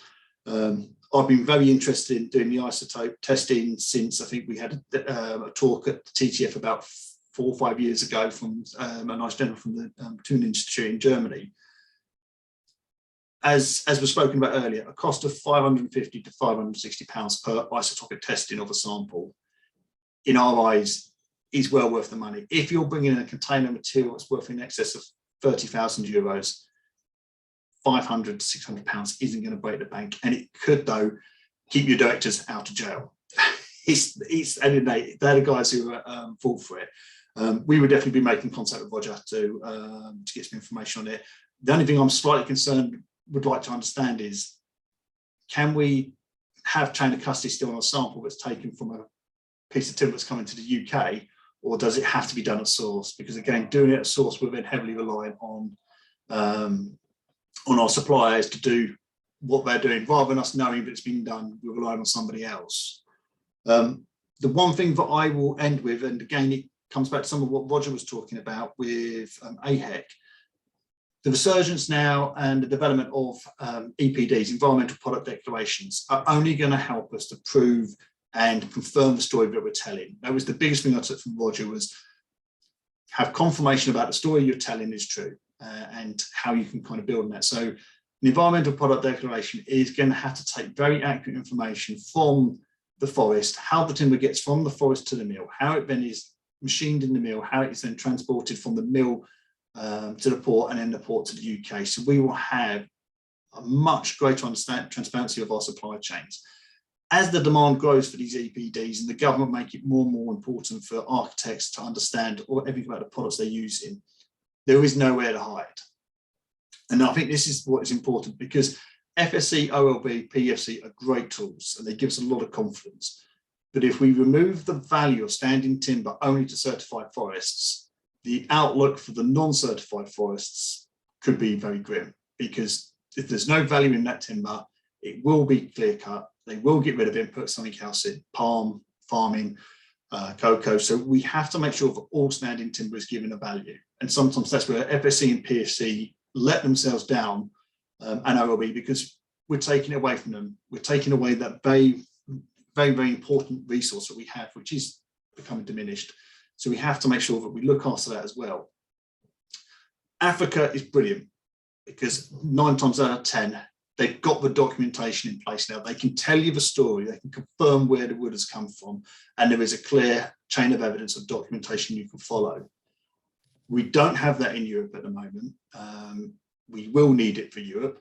I think, as one of my colleagues, Ken, had said to me, Africa didn't have it. They got their house in order. Now it's Europe's time. If you're looking at tropical timbers from the EU, we have now chosen only to buy from one source. That has been our remit on it. If it was certified, even with certified products, it's still, they don't have the documentation to back it up. Many, many times you'll hear, oh, we've had this since before 2013. It is believable with some companies. They would have bought expensive timber and just sat on it. They will present you with a bill of lading, and you can prove with other documentation that wood has been sitting there for that period of time. However, for us, it's our commercial reputation that's at risk here. We're the ones who have to be comfortable with it. And there is this big difference at the moment between what they say is acceptable and what we believe is. I had this conversation before when we were in the EU still, and I was for that we were doing things to a completely different degree to what our counterparts were. But still, if you're buying tropical timbers off the continent, unless you can get a full due diligence sort of markup from them, like I mean, like, as in what we would do from what we saw, examples of what Joe and Philip presented earlier. And again, you can get all the documentation, and to back up that due diligence risk assessment, I wouldn't be putting in timber. And so we only buy now from one source because we have complete transparency with them. It took signing certain documents, like non-disclosure agreements, to get that information, but we have it, and I think that is what is vital. It's not about being able to say, I know that wood's okay. It's about being able to tell the story and following through. And unfortunately, at times, I failed in my delivery of that. So if there's anything that the TTF can do to help us with these report writings, let's get it done, because that's the important bit. That's my bit. Hopefully you've got some questions later. Thank you so much, Peter. That's definitely a variety of different topics. Yes, but a lot of practical tips as well. Thank you so much. Lastly, we will have Paul. Paul is from B&K Structures. Paul is a new member, and Paul will be sharing with us a little bit of his work on UKTR due diligence for imports from Europe. Paul, over to you. I think, Paul, you are muted. So I am. Okay. Hi, everybody. So Paul Philbin at B&K Structures. So just a little bit about B&K. So what we do is specialize in design, supply and installation of structural steelwork and timber hybrid buildings. The timber that we use is cross-laminated timber and glue-lam timber. It's extremely kind of low risk as far as we are concerned. And to be honest, pre-Brexit, it never even crossed our mind because everything was imported from Europe, and you know, we were happy and comfortable that they were doing their due diligence before we imported it. And even then, I'll just share something with you.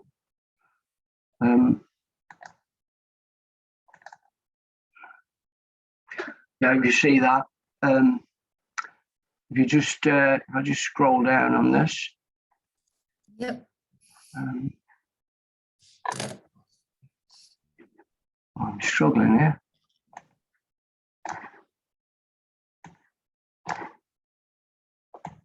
Yeah, so if you just scroll down on this here, you see it in the footer.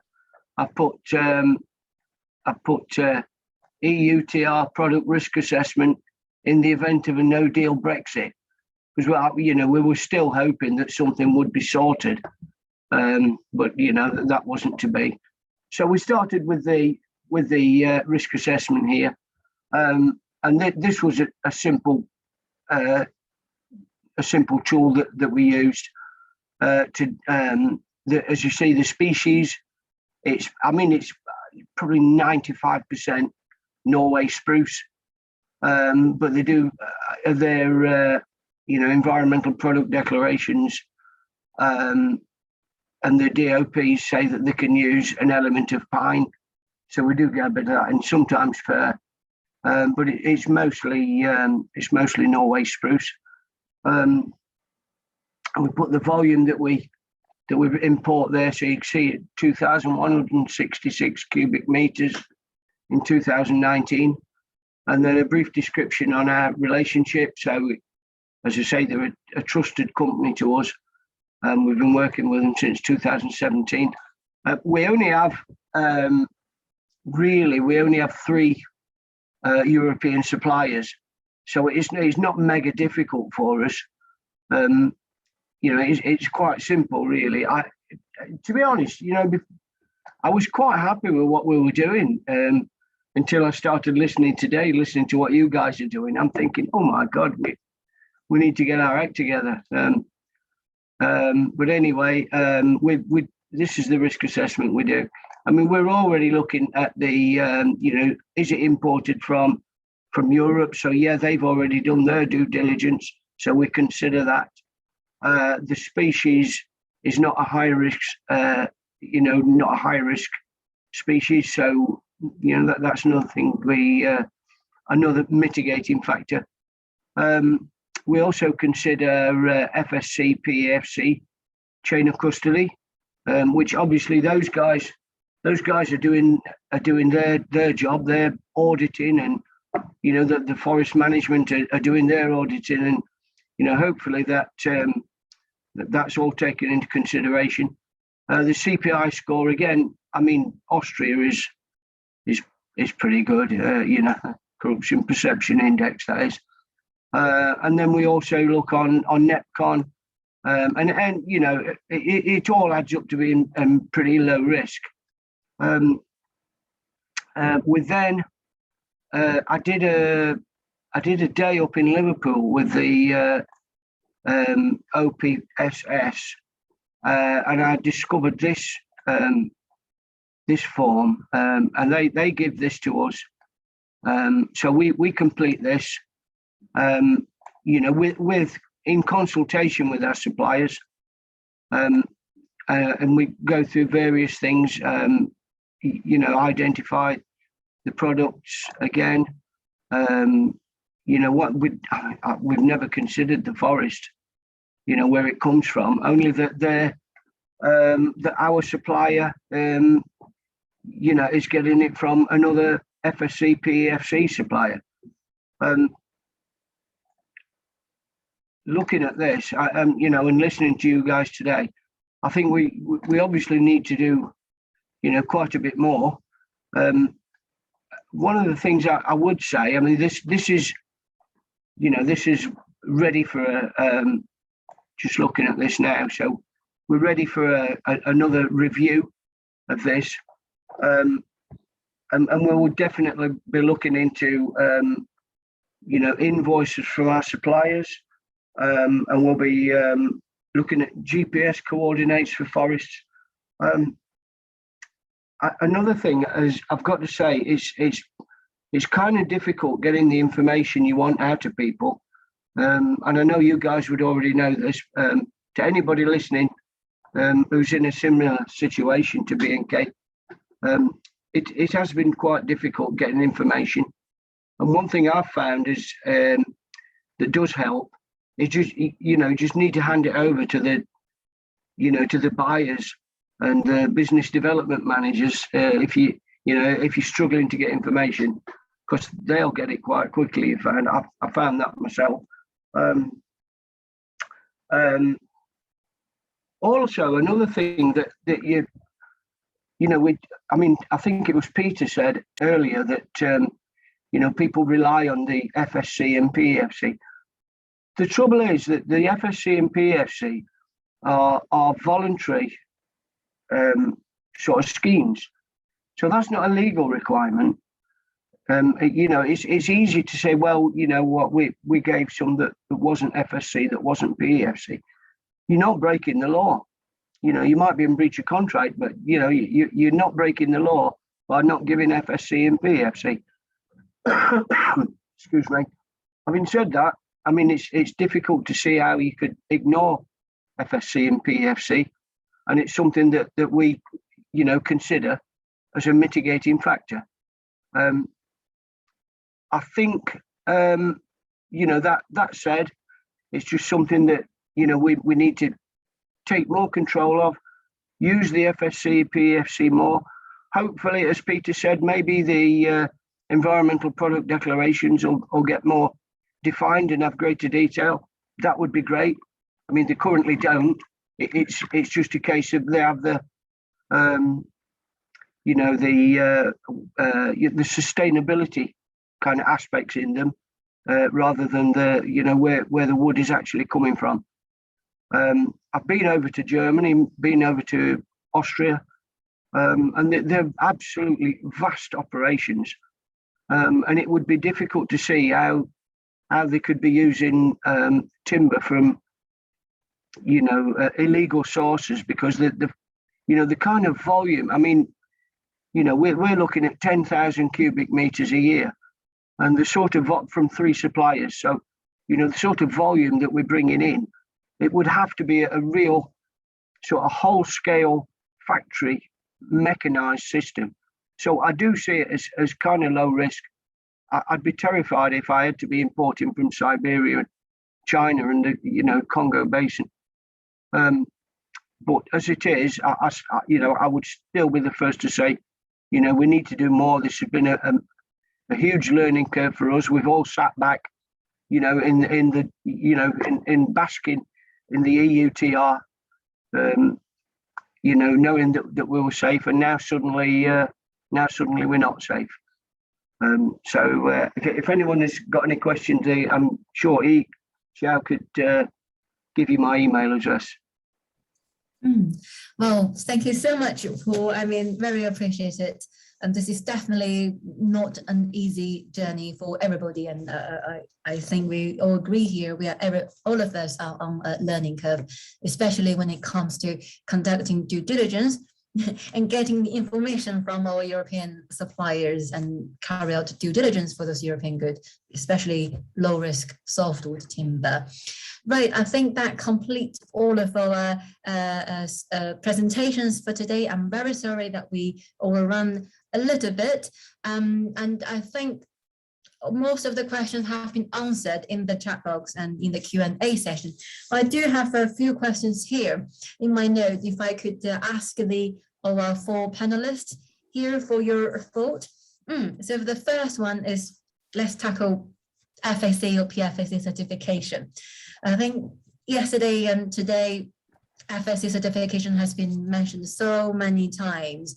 And Peter, you rightly said that the European supplier, the Europe has definitely a very different perspective or understanding or interpretation to the role of certification when it comes to due diligence. So how if you are to present evidence of your due diligence to a third party, be it the OPSS enforcement body or the auditing team, or maybe your client, if it is a certified product, how would you present it? I mean, what are the information you will be telling this third party about your due diligence for this certified product?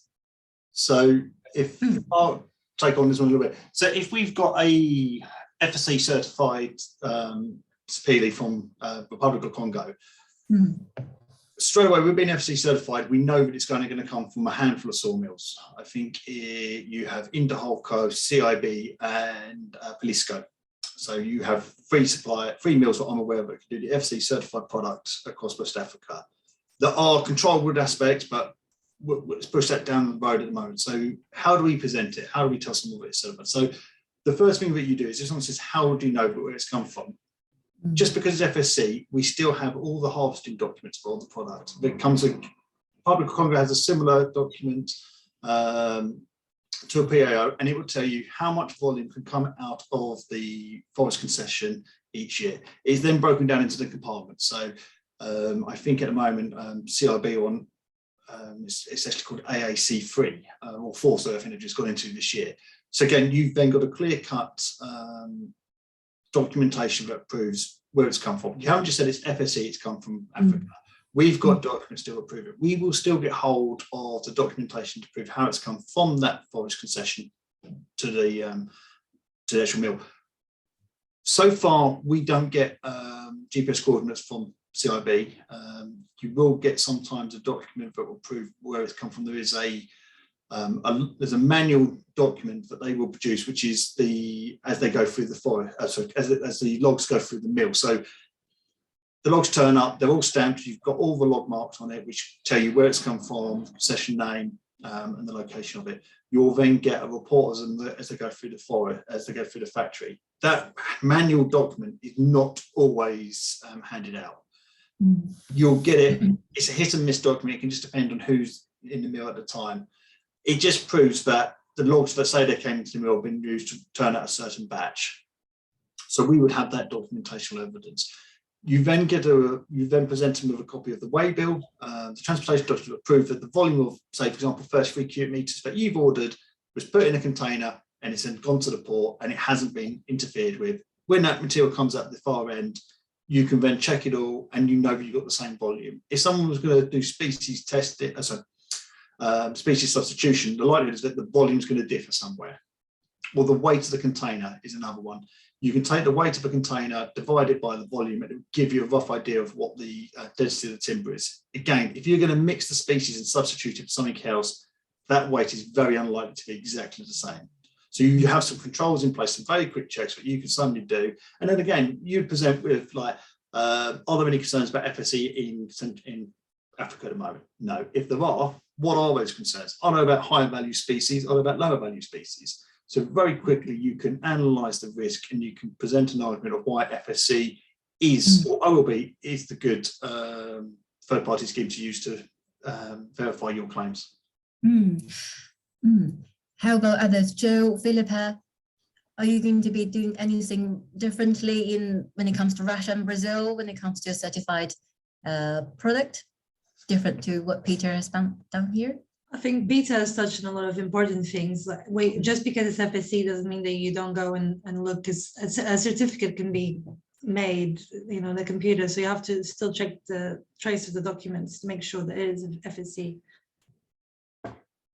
Yeah, but Peter was quite good in saying all the things. Yeah, I would agree as well, Zhao. I tend to use FSC, PFC as purely as a mitigating measure. It doesn't really factor into my initial risk assessment until later on, because really the most value I find from the certification, especially FSC, is the actual summary reports of the forest concession, because of the information it gives me on stakeholders, etc. So yeah, I would always go through the documentation process first prior to mitigating the risk. Yeah. Well done. I think here we have a question from Brett. I don't know, Brett, if you are still here. Brett asked, using IUCN Red List with vulnerable species, if FIC has mitigated it as negligible risk, should a company still be tracing with that species? I hope that answer I don't think I understand the question. Can you? Yes, using IUCN Red List, and maybe some species is indicated as vulnerable on the IUCN Red List. So if FIC, if there's a certification scheme available that covers this species, do you think the company can still go after that species? It has an FIC certification claim attached to this vulnerable species. For me, no, I wouldn't. No, I don't think so. No, even if it has FIC or PFIC. Okay. I'm going to go against my colleagues here. I think you can still. If you look at Avoca and Sapele, some of those are down as vulnerable at the moment on the IUCN Red List, and yet there's still, we have a large volume of these timbers coming through. I think if it's vulnerable, you still need to understand a bit more about it. I think with the updates recently, because they hadn't done anything since, I think we all put on our risk assessment probably about like 2011 or 2018. Then sort of update them now. So I think you still can, but you still need to understand about it. If it is vulnerable and threatened, does that mean that potentially there's going to be more risk of taking material from another source? So if I saw something that was on vulnerable, because again, I haven't come across an FSC in Africa or an OLB plantation in Africa yet at the moment, but doesn't do its own reharvesting programs. So you have natural reforestation, and they will replant. So again, it's the question. So I mentioned Bootcamp from Cameroon. They actually will replant endangered species like Aphamosia when they are clearing a compartment in the forest. Again, you put the younger plants in, and if they can take, and 9 times out of 10 they will take, they'll suck in so much more carbon because they're like sponges as they grow it. So they will put in these endangered species. So yeah, I've bought Sapele from them, and they've replanted an endangered threatened species as part of their mitigating actions and part of their responsible forestry planning. So yes, I think you still can do it, but it would be asked the question, it's an endangered species, what are you doing? The biggest thing to take from all of it is that these guys have invested for vast amounts of money. If there's no forest there in 30 years' time, they won't get their investment back. They are, I mean, that's one of the biggest arguments that you can always have about forestry, but when it's done correctly, it's a crop that just takes a lot longer to grow and harvest, but you have to put the right investment in to do it. And I think this is the vital part. Yes, you can trade with species. I mean, it's the irony that CITES you don't have to do any due diligence on it. It's critically endangered, don't care about the due diligence. That needs to change. But what we can do with a vulnerably threatened species, we can still buy it. FSC is the better option of doing it because it gives us some more, or OLB in Africa, because it gives you more resilience to the product. But it's asked that extra question: do you do reharvesting? What is your plan to look after endangered species? So it's a non-legible action. I would ask another question, and that 9 times out of 10, our sawmills have come back and told us that sort of information. So yeah. That would be my kind of solution. If it was a high value endangered species, it's a different sort of red flag, because then it's maybe, will someone just go and take it without asking the right questions or doing the right procedures?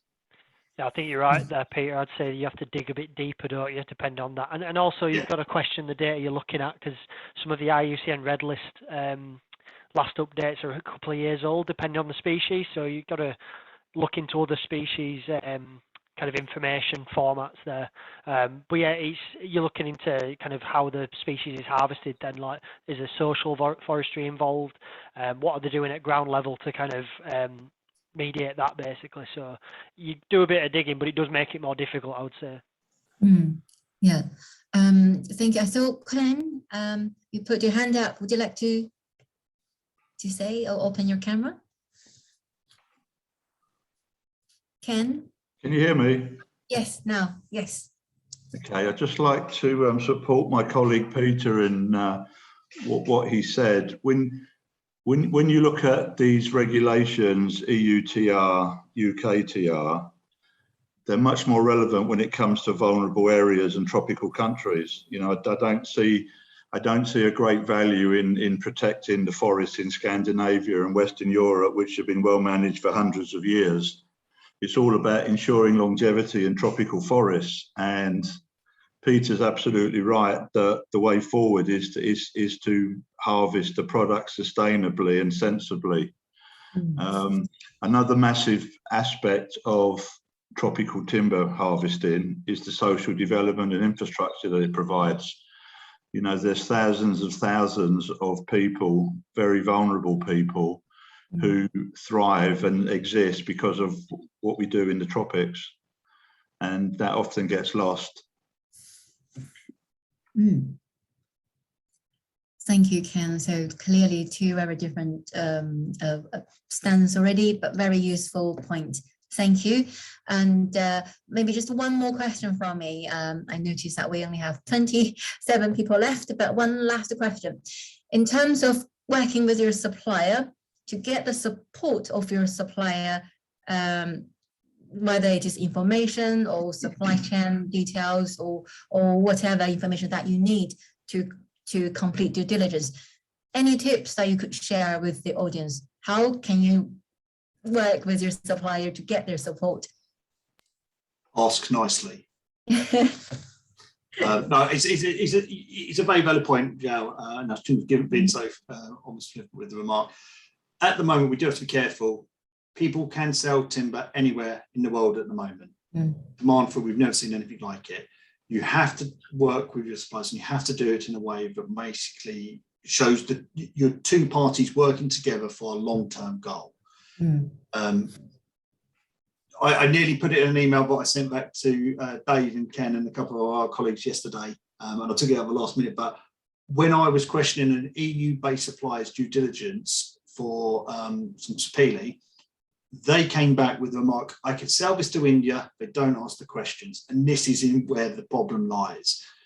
We chose at that point to kind of end it, and we haven't bothered pursuing them any further for any kind of information. As I said in my talk, we have one EU-based supplier now for tropical hardwoods. It is very difficult. Like I said, we've signed non-disclosure agreements with other suppliers to get the information. It's about showing that you're here for the moment. If you're just placing one order with them for one container load, it's difficult. But if you can work relationships where you can then show a willingness to engage them and work with them for a longer period of time, it becomes easier. It is 100% about a relationship.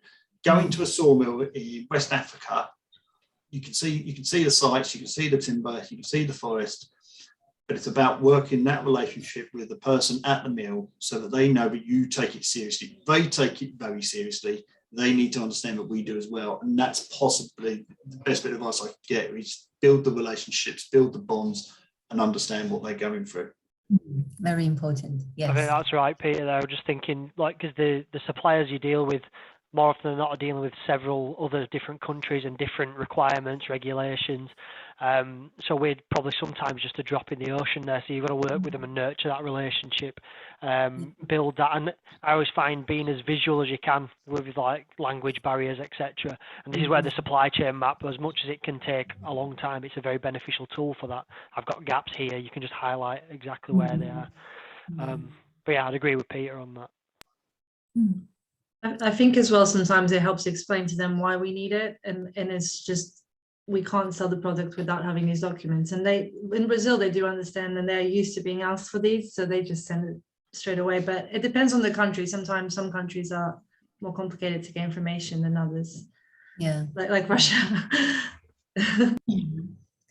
And Ken, would you like to add anything here? Yeah, sorry, just a quickie. It's not a coincidence that the most high risk origins of timber, Africa, Brazil, have got the most transparent supply chains. You know, it's because of the hard work that everyone's put into it, but it's been possible because the supply chain believes in the questions. You know, you don't need to go down to Africa or go down to Brazil and prove the validity of why you're asking the questions. You just stand there and it's obvious.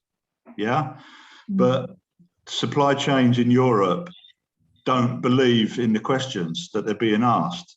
And the massive problem that we've got as questioners is that we don't believe in the questions either. You know, Dan's has been going down to Africa for 10 years. Now, we've been in Africa since the 1970s. Personally, I've been questioning my supply chain in Africa since the year 2000, yeah? Long before an UKTR was on the scene, because we believe in it and it's necessary. But I don't believe in the credibility in questioning a certified timber origin in a country with good governance. It's a waste of resources. And if I don't believe in the question, I can't ask the question in the right way to get the right answer. And Peter's absolutely right. We had an example this week of a supplier that came in to see us, and we've asked them the questions. We've been asking them the questions for a year now, and the answers come to us. I've got enough customers in the UK that aren't asking me similar questions, and I don't need the UK anyway. And that's what you come back to all the time. And where we've got to be careful is that if we're not part of the debate, we can't influence it. Yes, totally. Yeah. I just had this conversation with Philippa. I think it's easier for Philippa to get information out of Brazil than it is for us to get information out of Austria. And I think it's because they think, well, you know, in Austria, nobody asks where it's come from, or Germany, or probably anyone else in the UK for that matter. Maybe it's just, you know, certain people asking certain information. Whereas in Brazil, it's geared up. Yes, it's definitely legal. You know, I think it just, it is exactly what you say, Ken. It's, you know, I don't think they see a need for it. And maybe we should have a two-tier system, you know. And the frustration that we have collectively is that some of it just doesn't make sense. And it's not that it doesn't make sense to us, it doesn't make sense to the environment, it doesn't make sense to the planet. And it's a one-size-fits-all scenario, and we've all got limited resource, and it'd be much more sensible to target that resource in ways that are going to benefit all of us moving forward. If you saw yesterday, the OPSS woman, she didn't really care whether we're having problems with it or not. They just want the information no matter what. So they don't really want to hear what the problems that we're having in the industry. But it's us that will suffer in the end because our businesses are not getting those products. What is the benefit in supply chain mapping 50 origins of particle boards potential in Western Europe in low-risk countries? I think that is definitely going to be a long-term, yes. Yeah. And of course, the answer you get is that's what the regulation requires.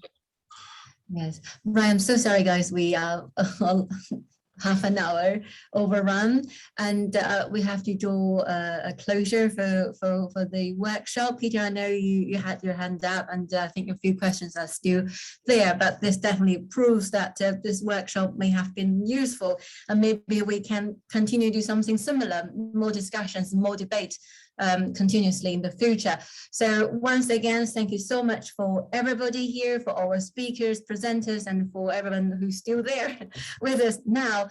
Thank you. We will be sharing with you the recordings and the PPTs for both today and yesterday. And please do continue, stay tuned, and we may release future discussion workshops with you all later. Thank you again, and thank you everyone here, our presenters. It's great to have you here. Thank you. Thanks everyone. Thanks everyone. I'll stop recording.